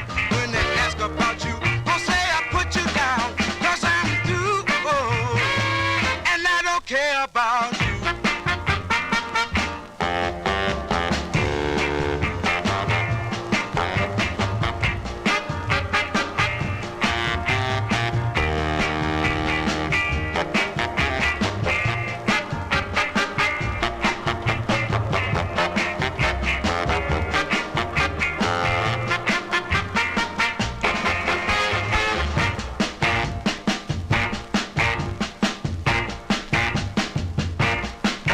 I tried going along with all the things you did, but still I didn't satisfy you. I cried and I pleaded and I begged you, baby, but still you went out and found somebody new. when New Love's grown old and your luck is down, and you'll be looking for me, woman, and I won't be found. 'Cause I'm through, oh, and I don't care about you. No, I don't love you no more, baby. No, now I don't care about you. Oh, I don't care about it, baby. No, I don't care about you. You did me wrong now, baby. I don't care about you. There you go. That one there by request for listener Kid Kilowatt in our YouTube chat room. Okay, that is Mr. Jimmy Norman. Jimmy Norman there on the Johnny G losing my mind. That one there on the Little Star record label from April 1962. It's called I Don't Love You No More, parentheses, I Don't Care About You. So here we go. We had Tina Turner, who was like kind of like dying for her man to be there. We got Jimmy Norman that said, well, that's it, I don't love you no more. But really what you need to do is you need to talk things out. You got to see if you could able to salvage something, okay, from the relationship. Sometimes it doesn't work. Somebody's got to give in. I never give in, but someone's got to give in. But anyway, so it goes to our next request here. So it's a request for listener Amy King in our YouTube chat room, as she requested this group from San Antonio, Texas, first recording for the Cool label back in 1960 as Sonny and the Sunglows. And the lead singer of that group was Sonny Ozuna was his name, and had a number of releases on many different labels. Sunglow, I think, in the beginning back in 1961, but in 63, Sonny would form a new group, and they would go from the Sunglows to the Sunliners, okay? So there you go. And they would have a big hit with a cover of a Little Willie John tune, okay? And this song, I think, and that's what Amy requested. And this song first issued on the Sunglow label, but then I think it would get national distribution because Jamie Guyton was really good. Similar to what Randy Wood at Dot would do with getting records and being the national distributor. They had all these pressing plants, and they would be able to distribute throughout the United States. So they would, Teardrop Records would, I guess, pick it up. And they would, actually, Charlene mentioned that the Sunglow release was re-recorded. Okay, that was kind of like it was re-recorded again with strings and whatnot.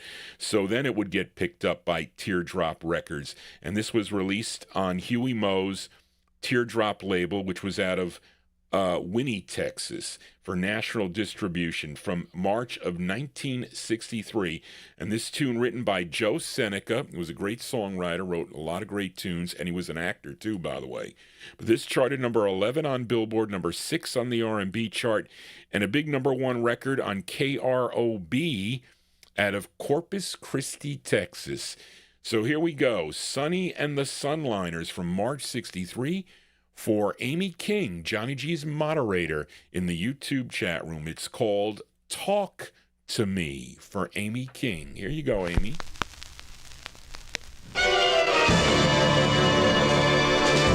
Talk to me. Talk to me.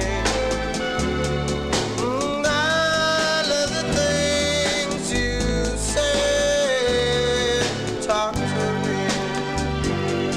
Talk to me in your own sweet gentle way. Let me hear. Tell me, dear. Tell me you love me so.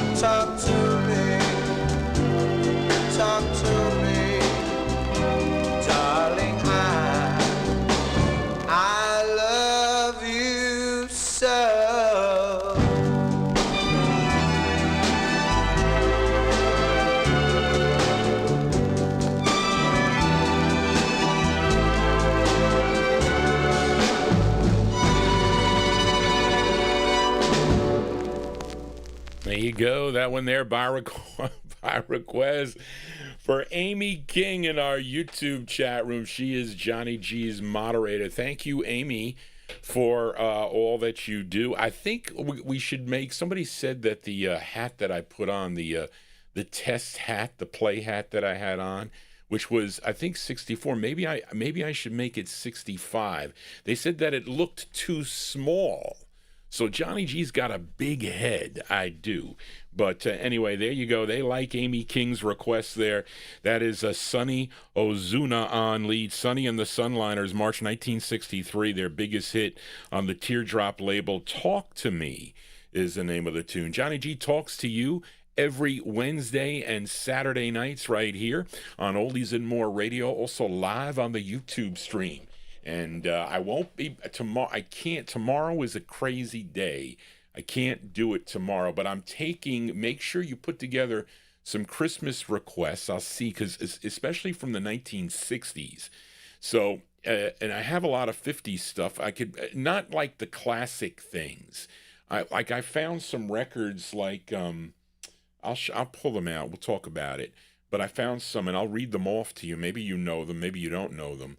But anyway, we're kind of like, I didn't plan it this way, but these kind of titles are now kind of telling a little bit of a story, aren't they?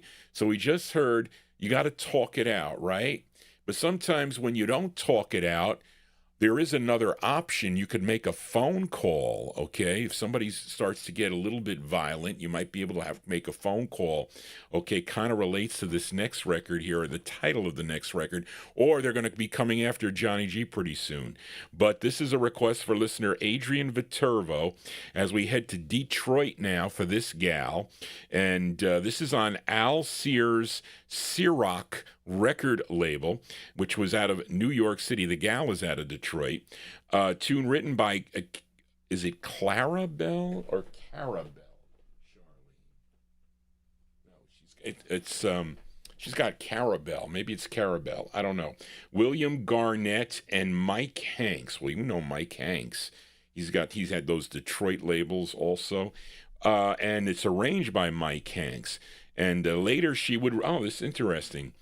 I didn't know this. So, and listen, Johnny G learns stuff on the show, too, when I do the research and Charlene does the research. This is supposed to be an entertaining, educational, and fun show with a visual. It's different. It's not really like a radio show, although I do get piped into radios, I do, but it's more of a visual, especially when you see the real records. So for collectors, it's a thrill.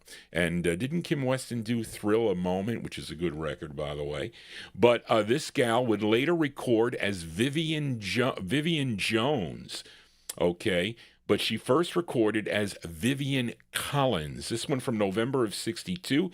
This is a request for listener Adrian Viterbo in our YouTube chat room, November 62. Vivian Collins on Ciroc Records. It's called Hey Officer for Adrian Viterbo. Here you go. Whoa.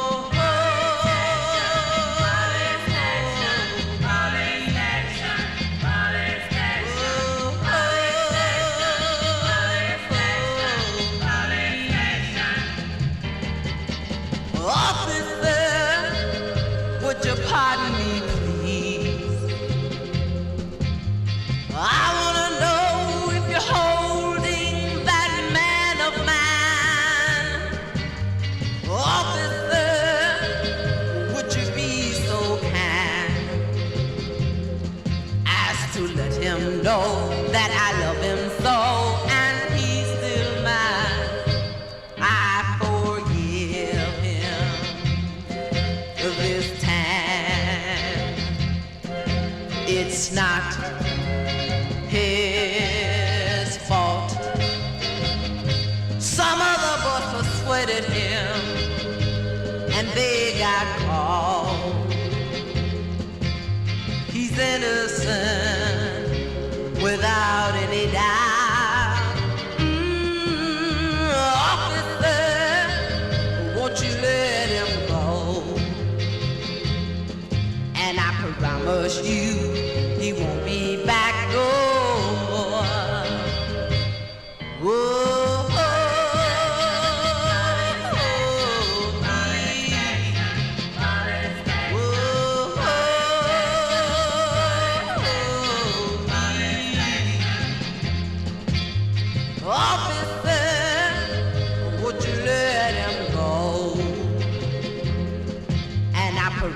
just you. He won't be back no more.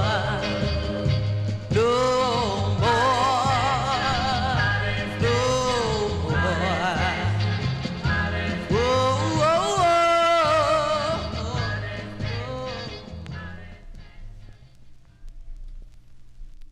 There you go. That one there by request for Adrian Viterbo in our YouTube chat room. That is Vivian Collins. Vivian Collins is her name. And that one there from November 62. I guess that's maybe her debut single on the Ciroc record label. Hey Officer is the name of the tune. Of course, she would later record as Vivian Jones. As we continue here, it's telling a story. So let's say that happens. Well, maybe you're going to hop on a train and just take off. I'm just playing the records here, folks. But let's fill a request now for listener James Brown. Okay, requested this singer born in Forest City, Arkansas, but relocated to Grand Rapids, Michigan. In high school, he formed a group called the Soulmates. They had two members of the group, Palmer James and Curtis Rogers, formed their own label. They called it Hotline Music Journal Records was the name of their label. And they wrote up a song called Backup Train in 1967, which became the label's first of three. I think it would then get picked up by Amy Malabelle for national distribution. So the first presses of that do not mention Amy Malabelle, Arch, if you're looking for the record. But I have one that says that. I think it's Reed that has the true first press of this. But this was his first of three, and it features a young Al Green on lead. And this is a request for listener James Brown. Okay, James Brown. And this charted a number 41 on the Billboard chart. This was number 5 on the Billboard R&B chart, and a big number 1 record on WXOK. Where is that, Sam? In Baton Rouge, Louisiana. Is that one of the big stations, maybe? From October 1967. Let's give a listen to Al Green on Hotline Music Journal Records. And this is going out to James Brown. It's called Backup Train. Here you go, James, for you.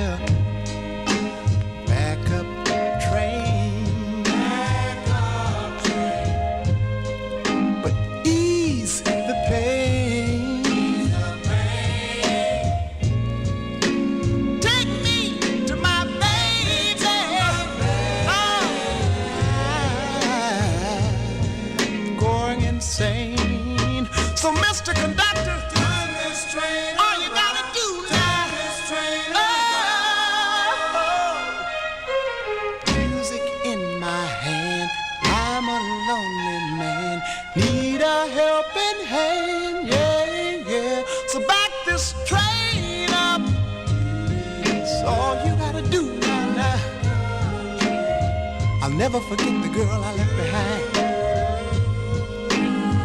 Her tears, her kiss, her face stay on my mind. I got to make her say that she'll forgive me. I gotta get back so. Oh, baby, baby, baby, baby. I need your loving right now, darling. Oh.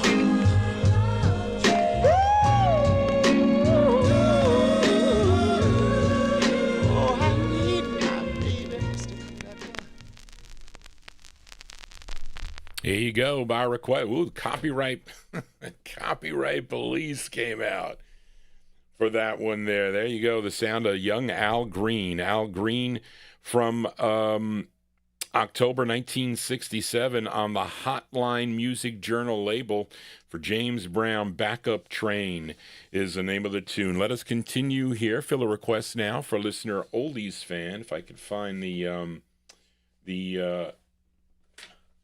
what do I have you under there? So I don't remember if I have you under Oldies fan or I have you under J.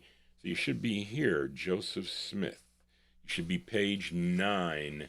This is like real radio time with Johnny G here. Page 9. Darn it. 7. Here you go.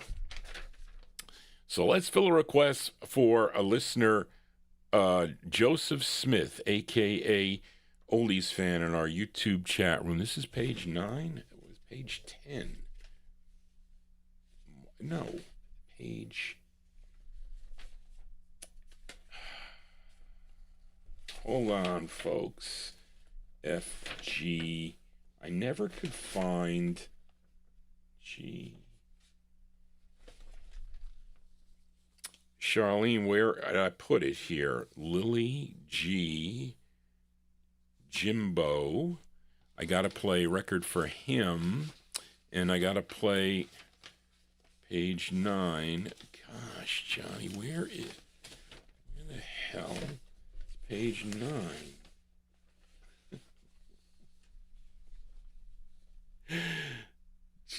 Let me see. 8.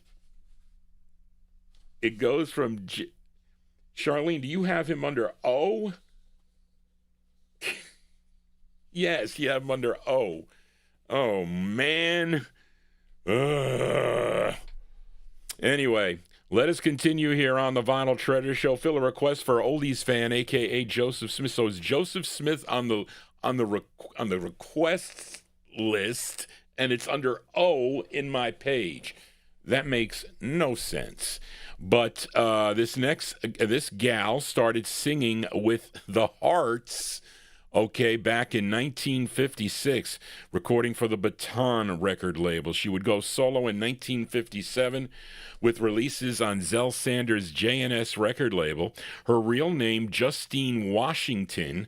Of course, we know her as Baby Washington. And this was her third of 15 on Juggy Murray's Sue record label, and it's a song she wrote. This charted number 5 regionally, number on WUST out of Bethesda, Maryland, going out to Oldies fan, Joseph Smith in our YouTube chat room. October 62, Miss Baby Washington with Hush Heart on the Sue record label. Here you go, Joe, for you. Wait a minute. Wrong side. Oh, Charlene. Hold on a second, folks.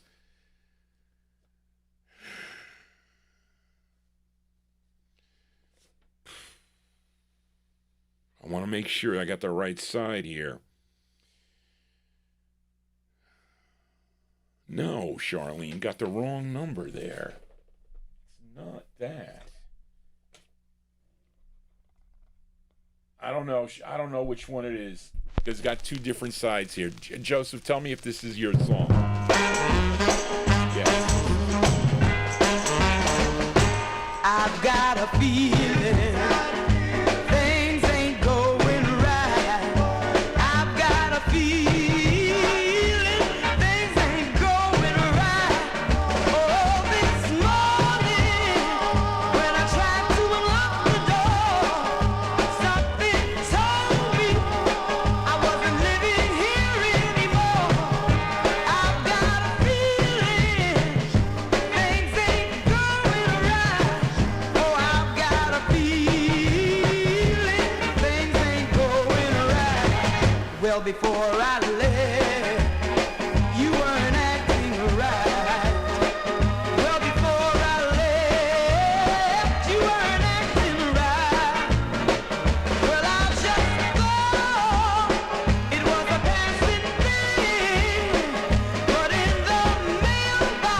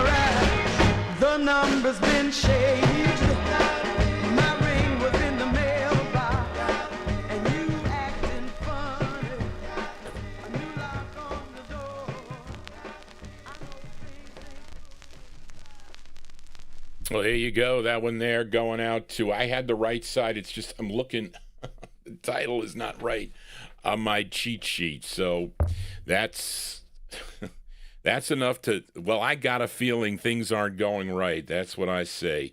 But anyway, I'm sorry, folks. I am. But that one there going out to Oldies fan, a.k.a. Joseph Smith, the great sound of Baby Washington. October 1962, that's her third release for the Sue record label. I've Got a Feeling is the name of the tune. Let us continue here on Vinyltreasures, and let's fill a request now for listener Amnon. Okay, this is a great two-sided 45 that Amnon requested, and this is actually one of my aunt's favorites of their later releases we'll talk about. This group originally from Harvey, Illinois, and they first recorded as the El Rays. That's a great record you will hear on my Saturday night show, but then they would change their name to the Dells. They were recording first for VJ Records, and a group very popular they were for many, many years. Great recordings. And this is, what is this here? I don't know, but this is from August of 1967. Well, it wasn't fair, Charlene, because it was so last minute, and it's okay, folks. This is for listener Amnon, August 1967. I don't know what number release this is, but these are the Dells on Cadet and their record called Ooh Ooh I Love You. This is for Amnon. Here you go. It was last minute add-in for him. Here you go.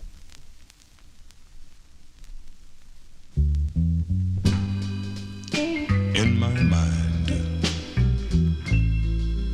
thoughts are formed. The pen writes, and words are born. Because we're shy when we're young, I'll let my heart speak in place of my tongue. Darling, here's a letter written just for you.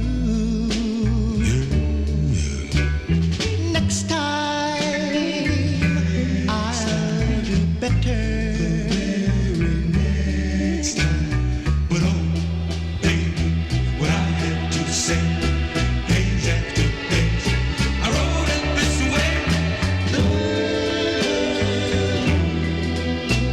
I love you.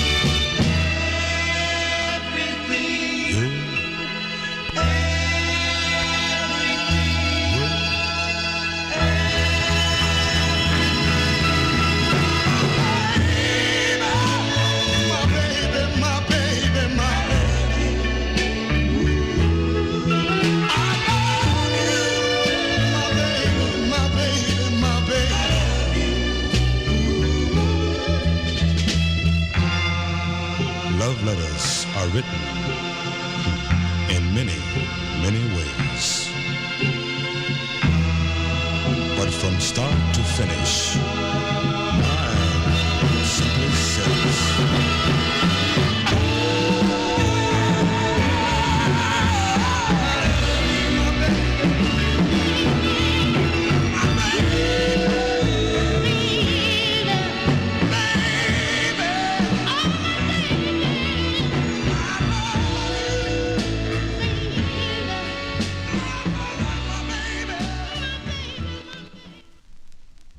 There you go. That one there going out to listener Amnon. That's the sound of the Dells. Here's the story with this record, okay?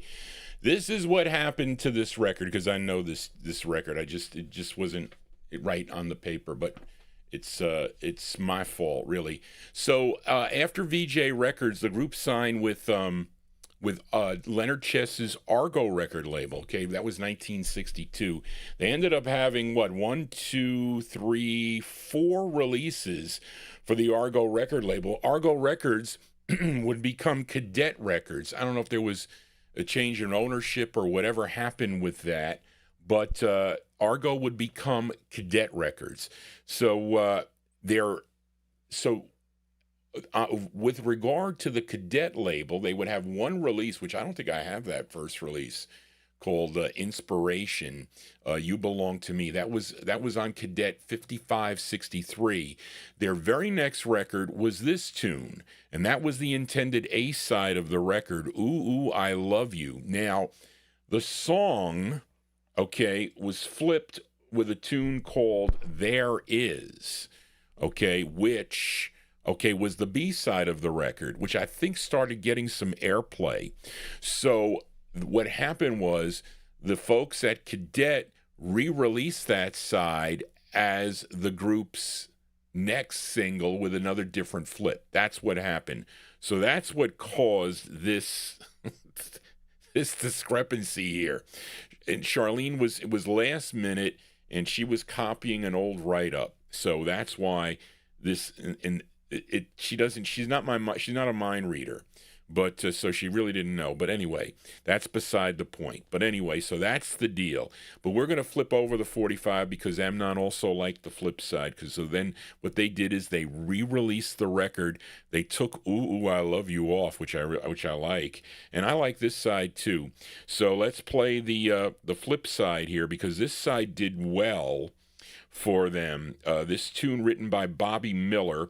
This made it up to number 20 on the Billboard chart. Probably not this copy, but the second release, which came out as Cadet 5590. That was the one, and made it number 20 on Billboard, 11 on the R&B chart, and this was a big number 1 record on WHNC,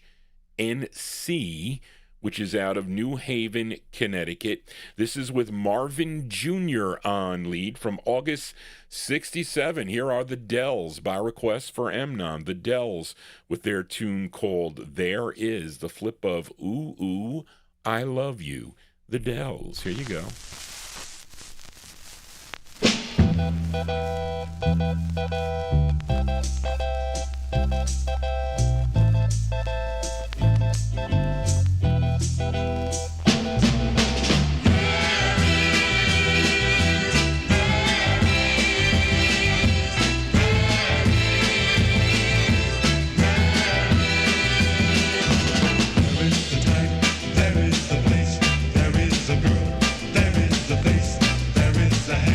There is the touch, there is the love. I need some.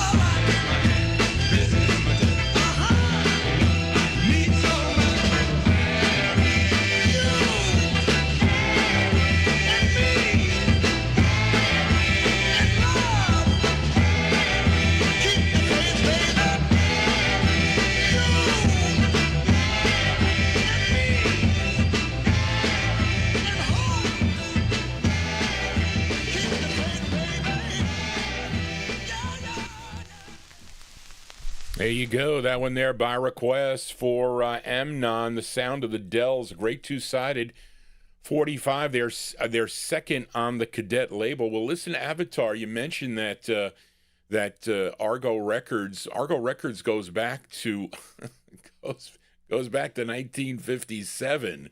So unless Argo Records was unless Argo Records, something happened after that, or maybe they didn't file their copyright or something. I don't know what went on with that, but actually, there was another label prior to Argo. What was it called? I can't remember, but there was another label. There was a label prior to Argo. They had to change the name of the label to Argo, and now they changed it to Cadet. So I thought there might have been some kind of ownership change, but anyway, I don't know. I have to go back and check. I didn't check the history of the label. Those are the Dells, their second release on the Cadet label. Ooh, I Love You, and there is for Amnon. Let us fill a request now. This is actually two of my listeners, which happens often. Sometimes I get three of my listeners that request the same tune, but Gary McClendon in our YouTube chat room, and also L.A. Arch requested this girl group out of Baltimore, Maryland. The group included sisters Anita and Sheila Ross, and Terry Jones and Ronnie Brown. Collectively, they were known as the Royalettes. Okay, first recording for the Chancellor label in March of 1963, and then after that they did one on the Warner Brothers label, and Gary and L.A. Arch requested the group's biggest hit, okay, which was their third release, their third of 9 on the MGM record label. And let's see, this was produced and arranged by Teddy Randazzo, who also, I think, co-wrote the tune. Now, the lead singer on this, her name is Sheila Ross, okay, and this was number 41 on Billboard, 25 on the R&B chart, and a big number 5 record if you were tuned in to WABQ in Cleveland, Ohio from June 65. This is going out to Gary McClendon and L.A. Arch. Here are the Royalettes on MGM with It's Gonna Take a Miracle. Here you go, the Royalettes.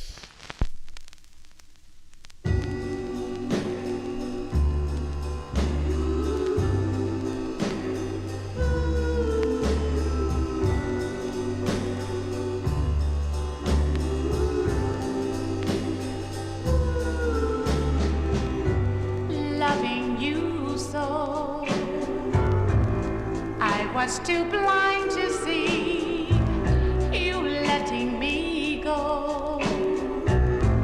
Now that you've set me free, it's gonna take a miracle. Yes, it's gonna take a miracle. Someone new, 'cause I'm crazy for you. Oh, didn't you know it wouldn't be so easy letting you go? I could have told you that it's gonna take a miracle. Yes, it's gonna take a miracle to make me love someone new, 'cause I'm crazy for you. Oh, though I know I can't get through to you, I'm gonna try to show you how.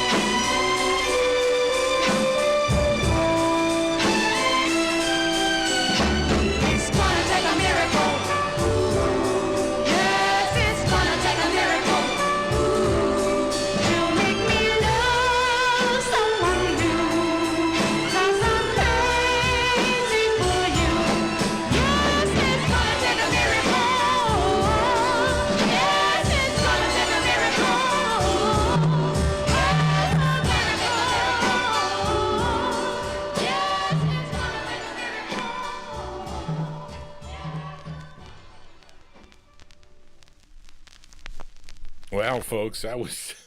I can't get my I can't get the oldies and more stream up now. I don't know what happened to the I don't know what happened to the stream there. I can't get the player up to play, but I mean nothing happened here on the YouTube, I hope. But anyway, there you go. And I find a nice copy of that record in my box. But there you go, by request for Gary McClendon and also L.A. Arch, Sound of the Royalettes there. That's a great tune that they do, June 1965 on MGM Records. It's Gonna Take a Miracle is the name of the tune. John G's going to flip the 45 over here because I like the flip side. Again, co-written, produced, and arranged by Teddy Randazzo. Again, this features Sheila Ross on lead. And this was their third of 9. The flip side here of It's Gonna Take a Miracle from June 65. It's called Out of Sight, Out of Mind. Here you go. This is Johnny G's pick, the Royalettes. Here you go.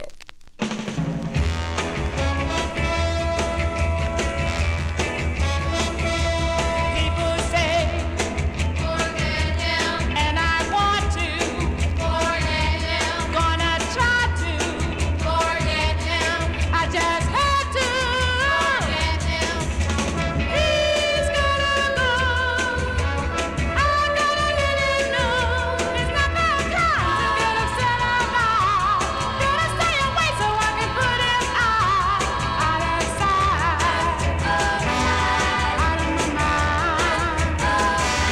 Though he's hard, forget him. There's a way to forget him. Let me say I'll forget him. And the day I'll forget him, gonna keep on my heels. He's gonna know just how it feels. Gonna find me a boy that I can count on. Gonna make a difference once I put him out of sight, out of my mind. Gonna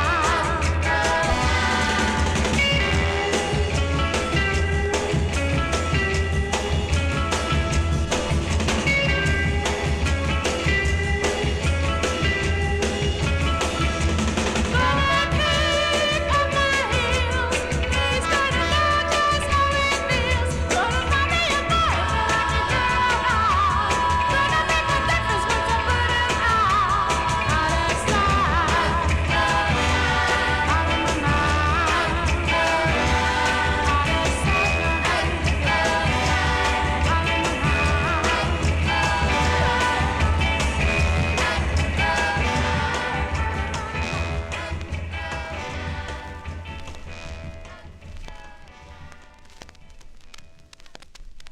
There you go, B-sides here on the Vinyltreasure show, and that one there, the Royalettes there. Royalettes, the flip side of It's Gonna Take a Miracle. Song entitled Out of Sight, Out of Mind is the name of the tune. I can't, Charlene, what is playing? I don't know. I can't get that screen to work. Like my mouse isn't working on that screen, so I don't know what to tell you. I guess I'm afraid to move the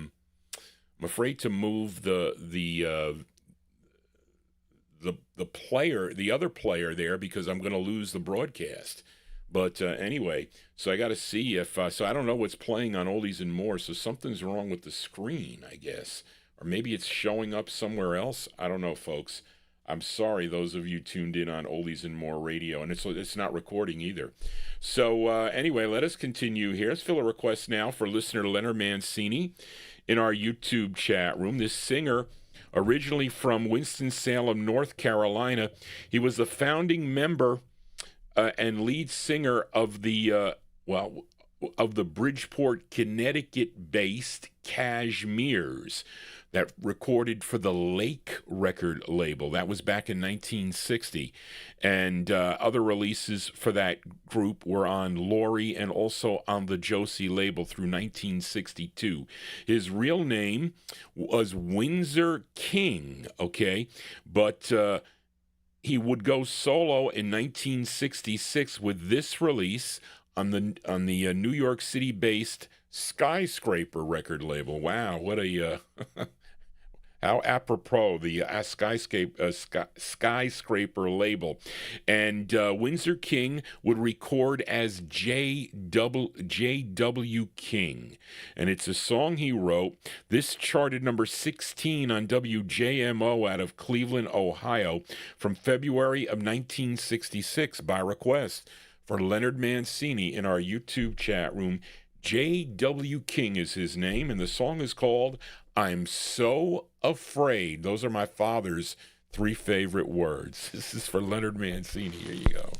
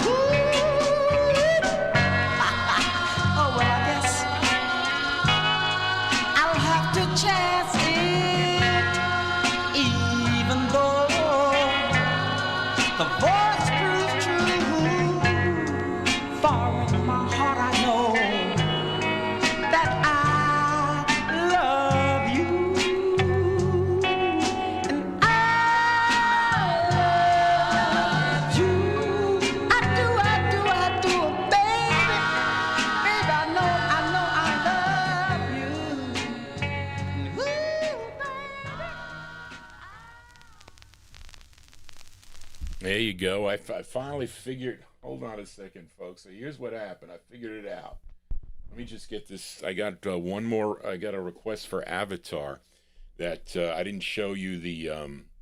So here's what I figured out. Okay, folks. I think I know what's going on with my stuff here. So anyway, there you go. By request for Leonard Mancini. I like that song. Always did. Paid $1 for that 45, which is a cool record there. J.W. King, a.k.a. Windsor King, was his name. February 66 on the Skyscraper label. I'm So Afraid is the name of the tune. So what I think possibly happens here, and if the... I think if my speakers go too loud, it creates some issue in my streaming. And what it does is it causes the sound to drop out on the stream. It's not enough to trip the YouTube stream. It's enough to trip the sound, but not shut the streaming down. But it is enough to shut the broadcast. It drops out, okay, because it's too loud is what I think it is. That is what I think the issue is. But you know what it is? It's because what they do now with the digital mixer, how it was set up. So when the guy set it up, he said, Johnny, it's like it's all ready to go. Okay. So I said, what do you mean it's all ready to go? He said, well, you don't have to do anything. It'll adjust the levels itself. I said, well, I don't know if I like that. I said because it has like its own controls. So, but it's open to it being tripped, okay, if that happens. And I don't know enough how to work this. It's really sophisticated to work. So I need somebody that is a pro that knows how the DLZ mixes with the OBS. That's what I need to get my thing perfect, because I don't think it's good that the sound drops off, number one, on the show, and number two, in my transmission. Forget about YouTube, because they're not going to be able to help me. So it all has to be within me. So that's what I think I have to do. And I'm sorry, but that's what happens with the dropouts.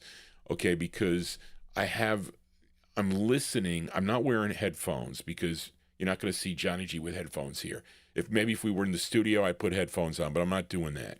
But anyway, so maybe I just don't listen to the music here. I have it really low, but I'm digging to the sounds also. But anyway, that's what's happening.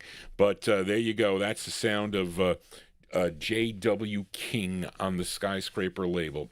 This is your last request that I have, Avatar. The other ones you gave me were $5,000 soul records, which I don't have. So anyway, but I do have this one that I found for 10 cents. And these are Amy's. This is on the MGM record label. Here we go. Page, not 12, Johnny. Page 2. Page 9. Page 6. A lot of requests, folks. Okay, here we go. A request for listener Avatar, a.k.a. Charles Ellis, in our YouTube chat room.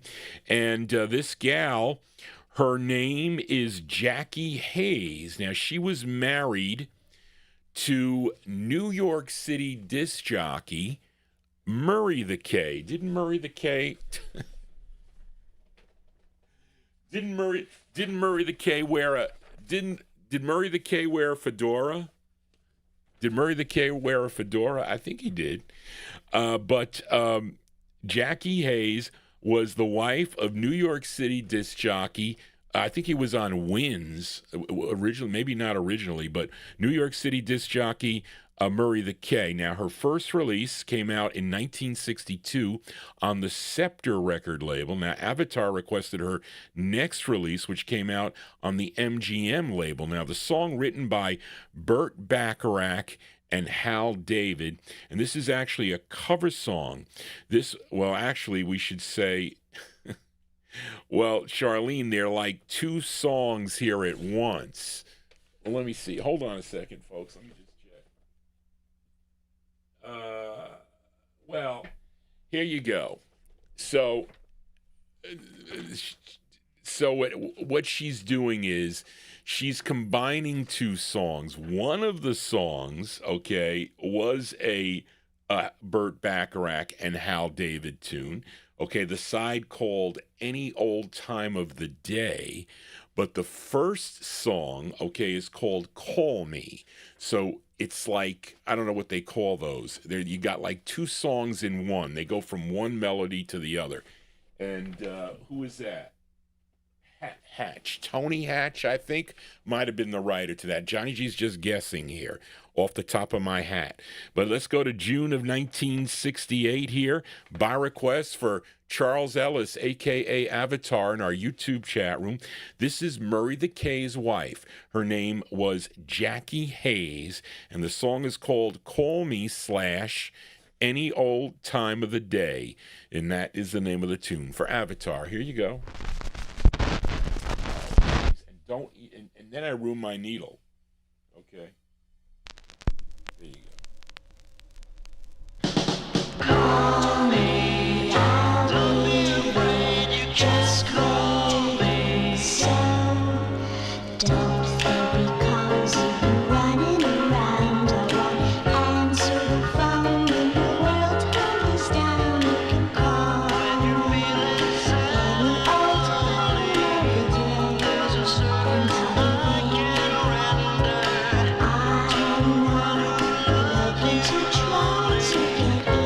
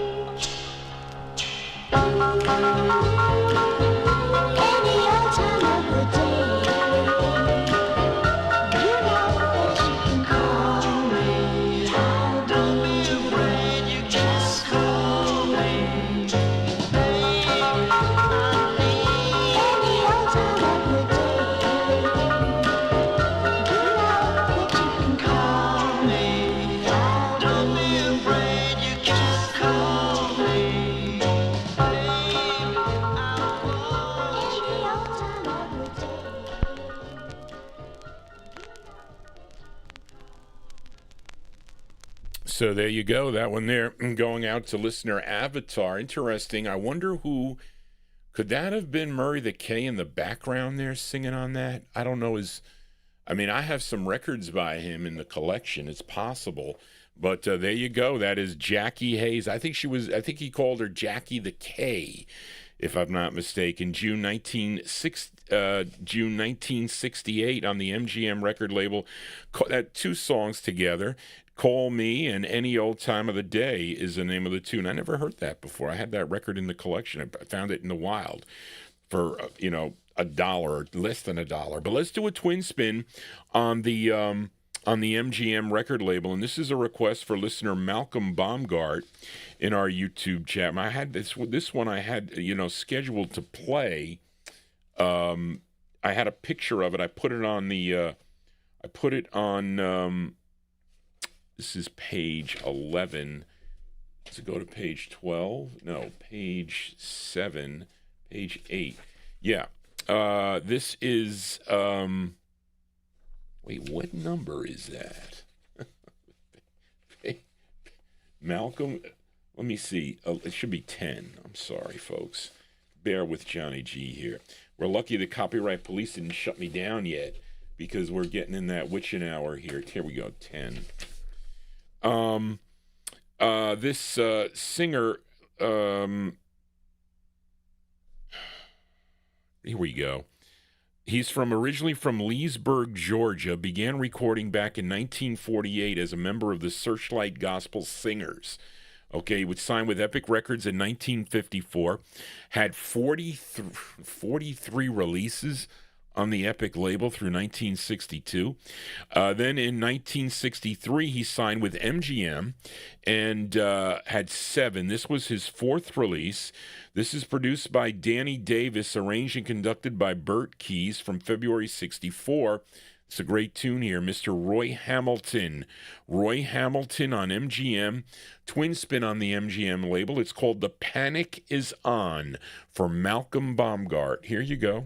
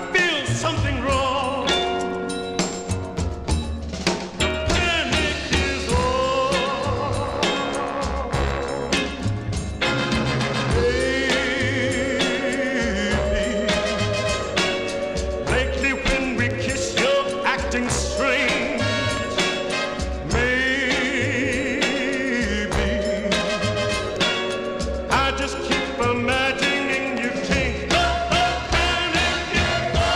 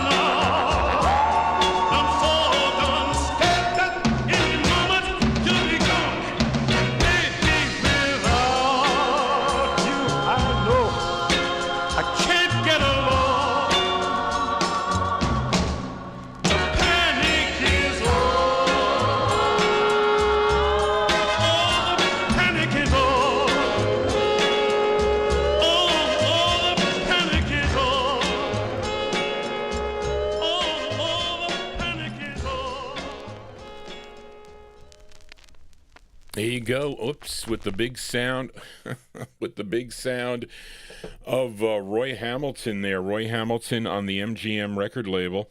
And, yeah, there you go. February 64, The Panic Is On is the name of the tune on the MGM record label. Roy Hamilton there. This is a new PC. Phil in our YouTube chat room. This is a brand new PC. What's happening is I remember because I had some clipping in the beginning of and I really didn't get proper training on this thing here. So is I learn on the fly. I have learned on the fly to do this broadcast. Originally, I wasn't using OBS Studio. I think that's what it is.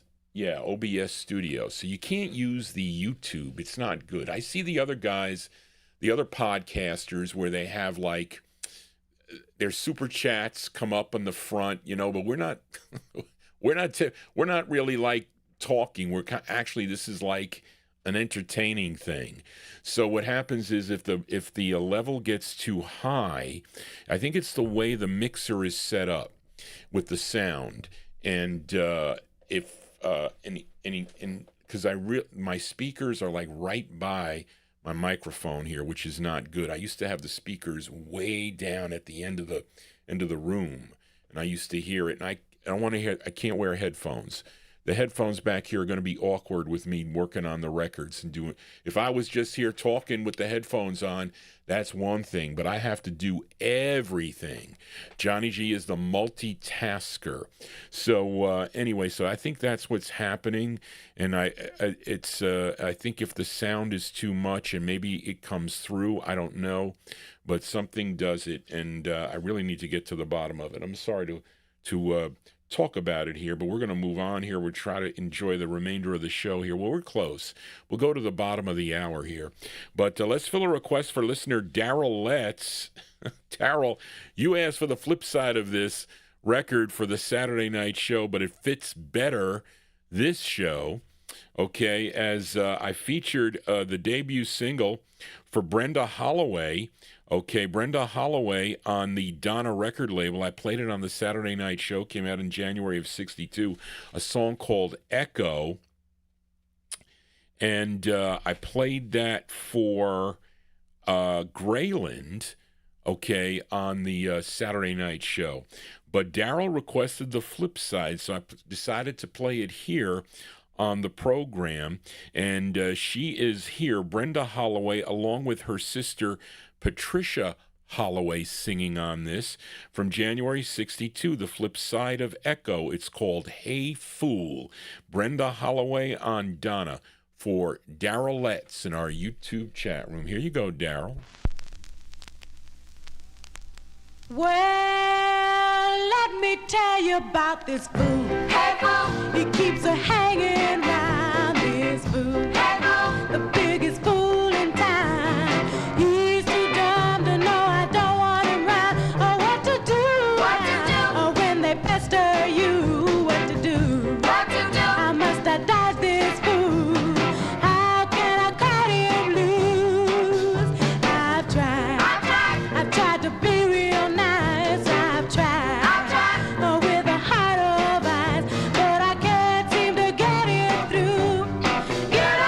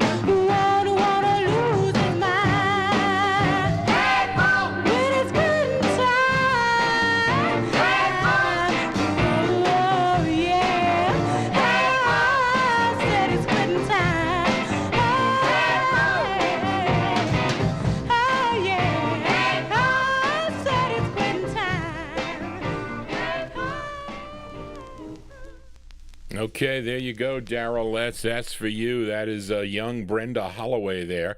Brenda Holloway from 1962. And where is that here? That one there for listener Darrellettes. The January 62, Brenda Holloway, Hey Fool is the name of the tune. That one there on the Donna record label. Let us continue now. And let's fill a request for listener Jim Lampley. Jim Lampley in Texas, as this singer was a member of the 1950s vocal group, the Jacks/Cadets, but he would go solo in 1957, recorded for many different labels during his career, and when he signed with OK Records, back in 1961 or 1960 possibly, had 14 releases on the label, and Jim requested his third, and it's a song that he wrote, and he has a very distinguished voice, so kind of like an unmistakable voice, really. But his name is Ted Taylor. Ted Taylor, this one from December 62. This is going out to Jim Lampley in Texas. This is on OK Records. It's called Can't Take No More. Ted Taylor for Jim Lampley. Here you go.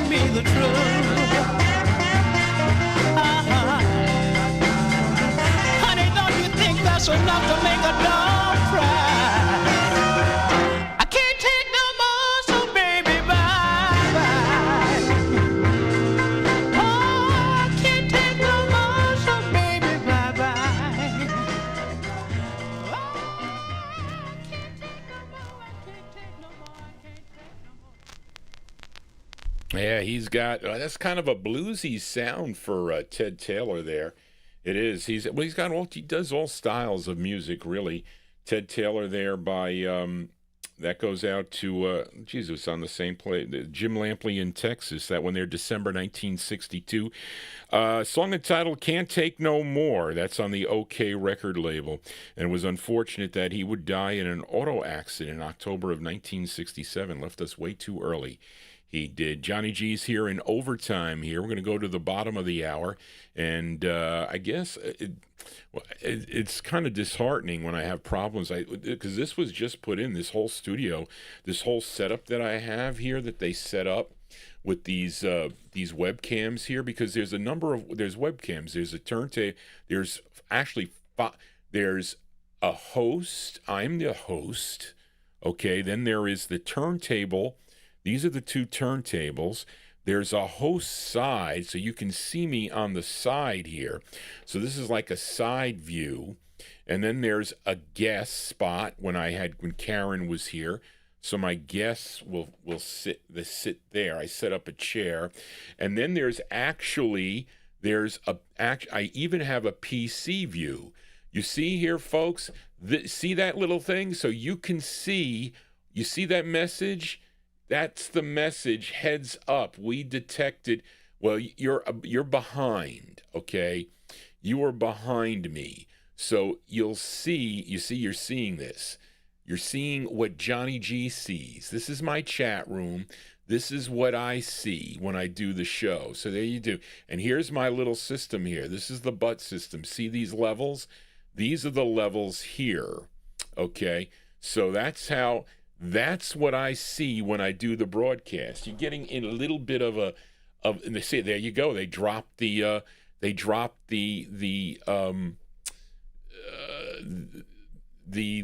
notification of the chat stuff. So what happens is, okay, I show you the picture. Well, you see, it's kind of weird, but anyway, that's what I look at.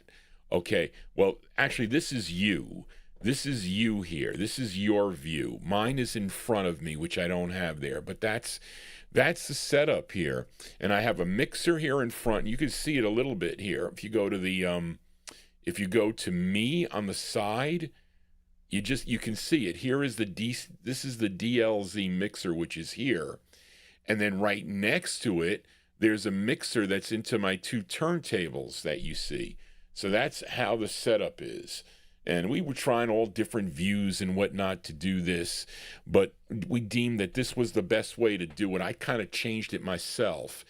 And, I'm not stupid when it comes to working with these electronic things, but sometimes I don't know all the things. So I don't know, because I have a completely different system that broadcasts over on Oldies and More. It is a BUTT, and that's easy because they give you the codes, and we broadcast on the higher frequency. So what is it, 92? Is that what it is? I think is what it is. So it's the 92 frequency. So if you have to leave this show and go listen to oldiesandmore.com, there's a player there. You will hear me there, but that's where the sound drops out. It's when it's too loud, and it's okay. The levels are good. But anyway, let us continue here. Let's fill a request here. Let's play a couple more. We're gonna go off. I'll play two more records here before we sign off. Freddie, the pizza's down in the oven is where it is. Oh, these are the pizzas over here. But let's fill a request. Oh, Charlene, you didn't put where he was from. Can't do that. This is a request for Jimbo from North Wales. Okay, thank you, Jimbo. I mean, I have so many nice listeners over in the UK that tune into this program. I don't play all Northern Soul things, but they're open to all new sounds, okay? And that's why they like this show, because I've kind of like, it's a little bit diverse. You know what I'm saying? It's a little bit diverse, and you're getting a little bit of a commentary. I don't try to bore you with Johnny G's history, but I have a long and kind of checkered history. But anyway, this is a record I found out in the wild. I like this record a lot because he likes, well, you got it here from North Wales. Charlene, you got it in the right up there. I'm sorry. I apologize for that. And this gal recorded for different labels, but she's originally from Chicago, Illinois, but she settled in Los Angeles. Now, she recorded mainly for Liberty and for Mercury Records, but this was her 6th of 19 on the Liberty record label. This charted number 15 on Cashbox, 12 on Billboard, and this is number, well, actually, it's number 18, 16 on the R&B chart. Written by Clyde Otis and Jay Byers. It's arranged by Bert Keys. Came out in June of 62, and this is going out to Jimmo, not Jimbo, Jimmo, I apologize. Jimmo from North Wales, Miss Timmy Yuro with What's the Matter, Baby? Is it hurting you? Yes, it is. This is Timmy Yuro. Here you go. What's a matter, baby? What's a matter, baby? John, she's doing it wrong tonight.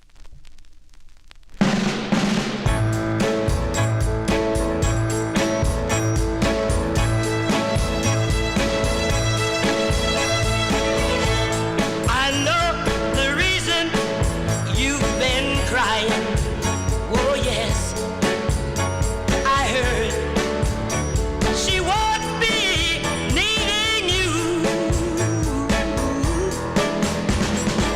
How does it feel being the one left behind? Oh, what's the matter, baby? Is it hurting you? I know you found out she's been cheating, and I heard she even told you she was untrue. How does it feel being on the outside looking in? What's the matter, baby? Is it hurting you?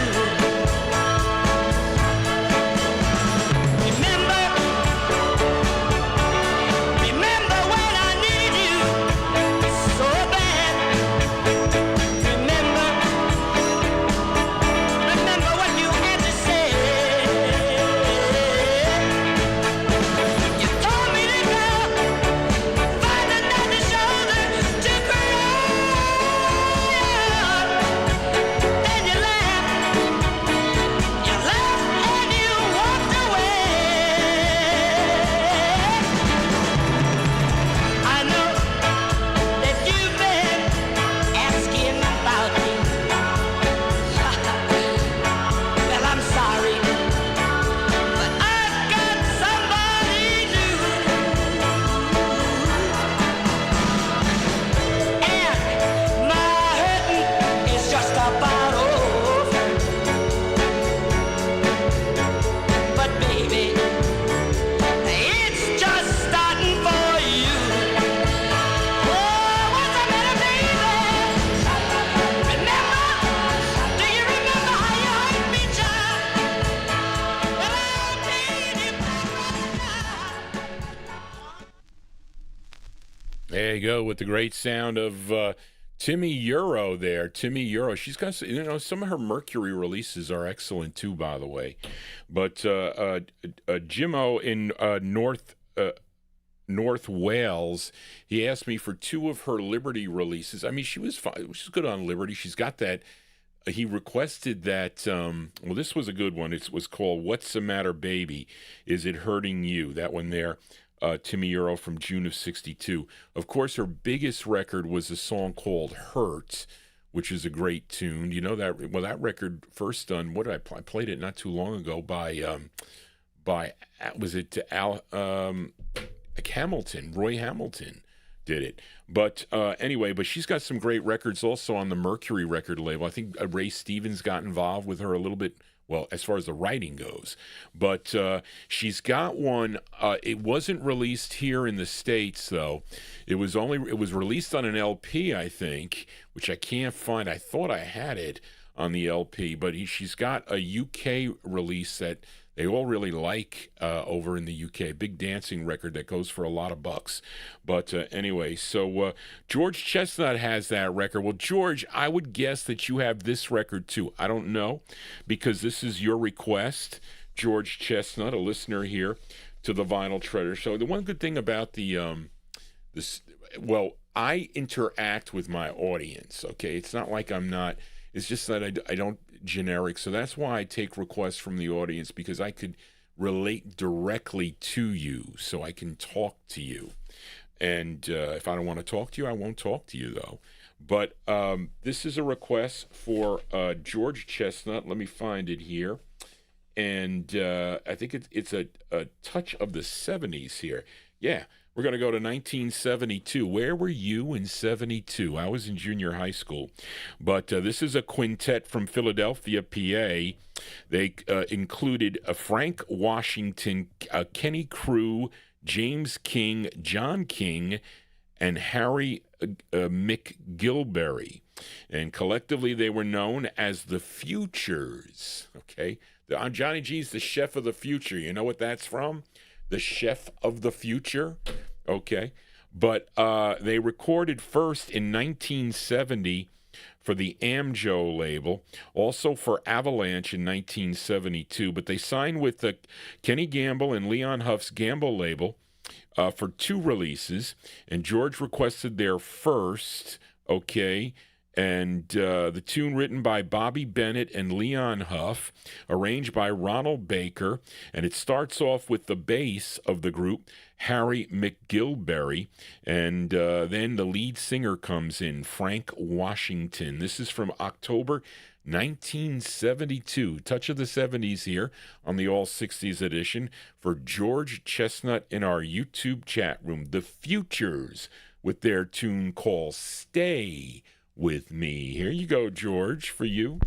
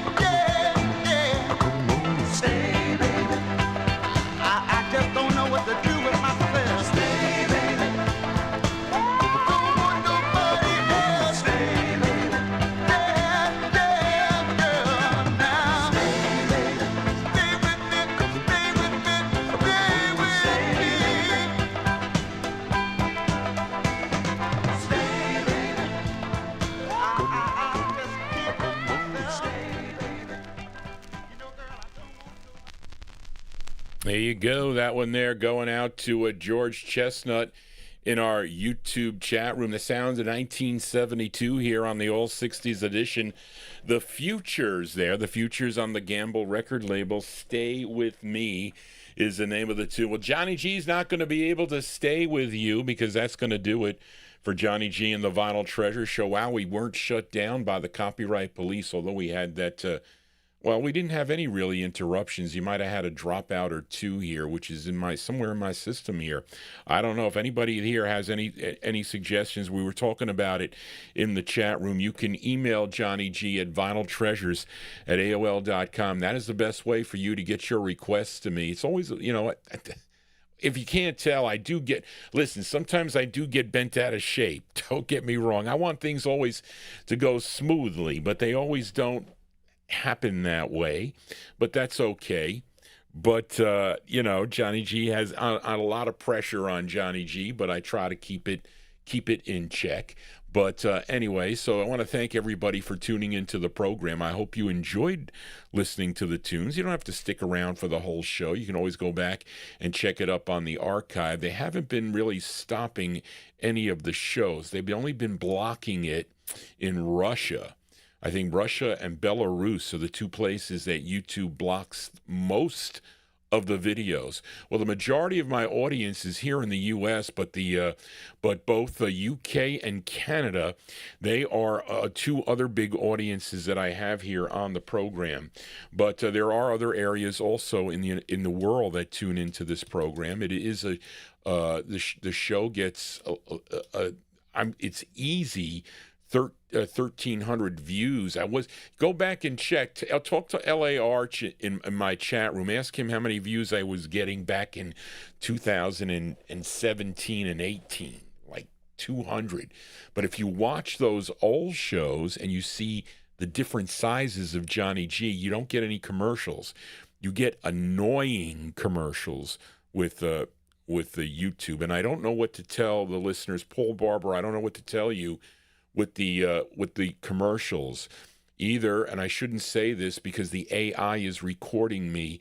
There are blockers out there, I think, that may help, but versus having to pay a subscription. But you can pay for a subscription and get no ads.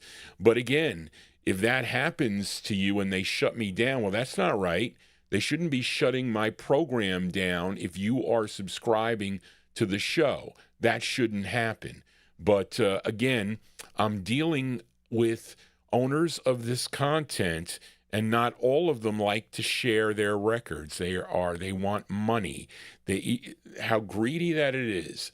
I don't do this for money. It's pennies on the dollar. I don't care, whatever it is. But the live broadcasts can generate some, but not for my small podcast. Mine's considered a small podcast, even though I have over 3,300 subscribers. But anyway, I want to thank everybody for tuning into the program. Thank you, Charlene, for your help. Charlene is my administrative assistant. She lives far away from me. She lives over on the other side of the United States, and we communicate via email. And Barbara's been helping me. She's just down the street, though. But anyway, I will be back, not tomorrow. I'll be back on Saturday night with more of your requests, and I play those records by year.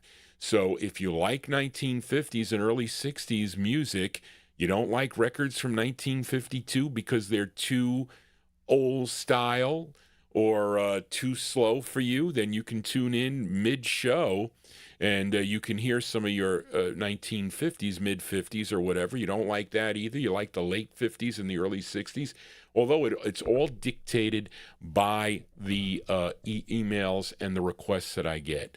So thank you, everybody, for tuning in tonight. I hope you enjoyed the show. Please subscribe. I ask you to subscribe to keep these copyright gremlins away from Johnny G. But we're going to close the show tonight with a request for listener Chris Reed. I didn't play a record for Chris, but we are going to close with a record for Chris. This singer from... Wait a minute. Yeah, this is a request for Chris Reed. Well, Charlene, what is that here? from Syracuse? No, that's not right. Okay. And he requested this guitarist, singer, producer, and composer born in, where's Winsboro? Winsboro, Louisiana. Okay, that's where this singer was born. And he would move to Nashville, Tennessee, first recording in 1958 for the Load record label. So that means possibly, maybe it was a little bit of a country western type tune, possibly. But then he had releases on Decca, May, Hickory, and signed with Fred Foster's Monument record label, which was out of Nashville. Had 7 releases on the label. Some of them are a little bit of a country flavor, but other ones are pretty decent. I think this is a decent one too. His second release, okay, he co-wrote this tune, and this is produced by Charlie McCoy. Okay, from May of 65, our closer, by request for listener Chris Reed, Fred Carter Jr. on Monument Records, and the song is called Happy Tears, and that's what Johnny G has here on this show this evening. Thank you all for tuning in. Everybody, be well. Have a good evening, have a good afternoon, or a good morning, no matter where you're tuned in here. And we're going to close the show tonight with Fred Carter, Happy Tears for Chris Reed. Just want to say, everybody, so long. Take care. Here you go, Chris, for you.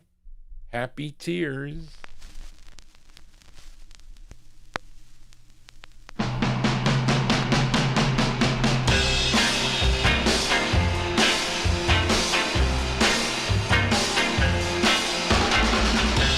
If you see me crying, don't you worry about me. I'm not feeling downhearted. I'm happy as I can be. I'm only crying happy tears for you. I'm only crying happy tears because I'm glad you found you a love that's true. If I had to lose you, if your heart couldn't stay, if another's love is better for you, I'm glad it happened this way. And that's why I'm crying happy tears for you. That's why I'm crying happy tears because I'm glad you found you a love that's true. Don't you think by leaving me that you're doing me wrong? Because your happiness, that's all I wanted all along. Don't you feel sorry now for just one mistake? 'Cause if your life is fuller now, I'm happy for your sake. And that's why I'm crying happy tears for you. That's why I'm crying happy tears because I'm glad you found you a love that's true. Yes, I am.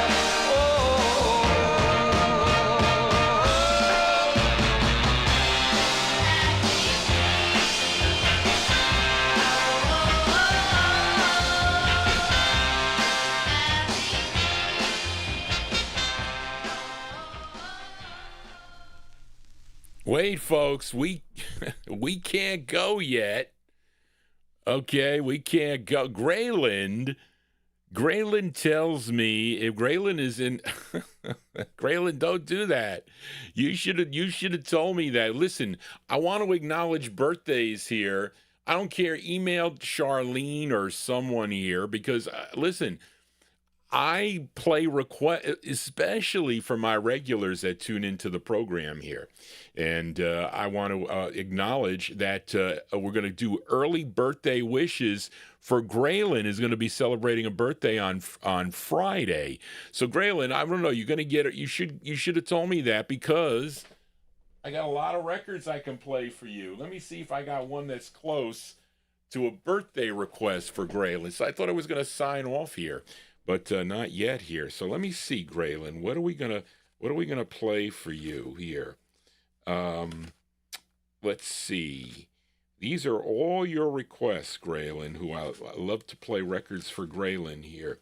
And let's see one here that will potentially be a good one here. Let's see. Well, how about this one here? Is this one going to be a good one here? No, we don't want to do that one. We don't want to do that one. I can do the Chambers Brothers. Let's see. I can do, take your pick, Graylin. Okay, you're going to pick what I have here, okay? So I have, oh wait, I'm going to give you the side view. Okay, Graylin here, we're going to do the host side. So Graylin, you tell me what you would like to hear, okay? Because he's celebrating a birthday. Graylin's going to be celebrating a birthday on Friday.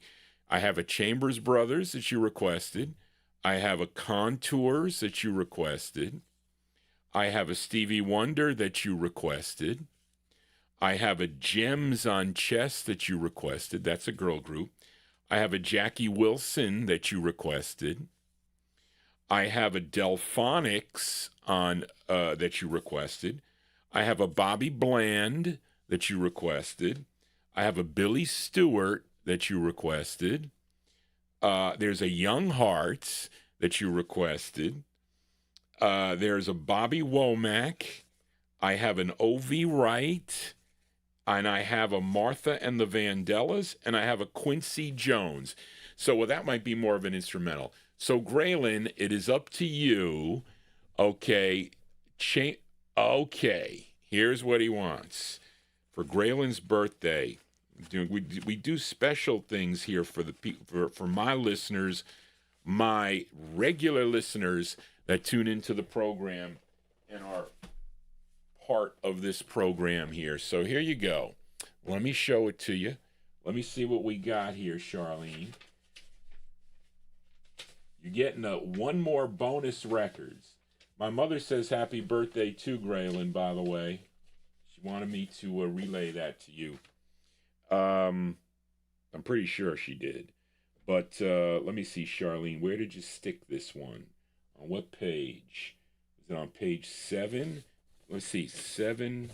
Can't be on 3, 4, 6. Let's see. Futures, it's not 6. It's got to be 8. So... Oh, Tommy Albergo, you got your phone back. Okay, here we go. So this is a special request for a birthday wish for Graylin in our YouTube chat room. Let me show you the record, folks, okay?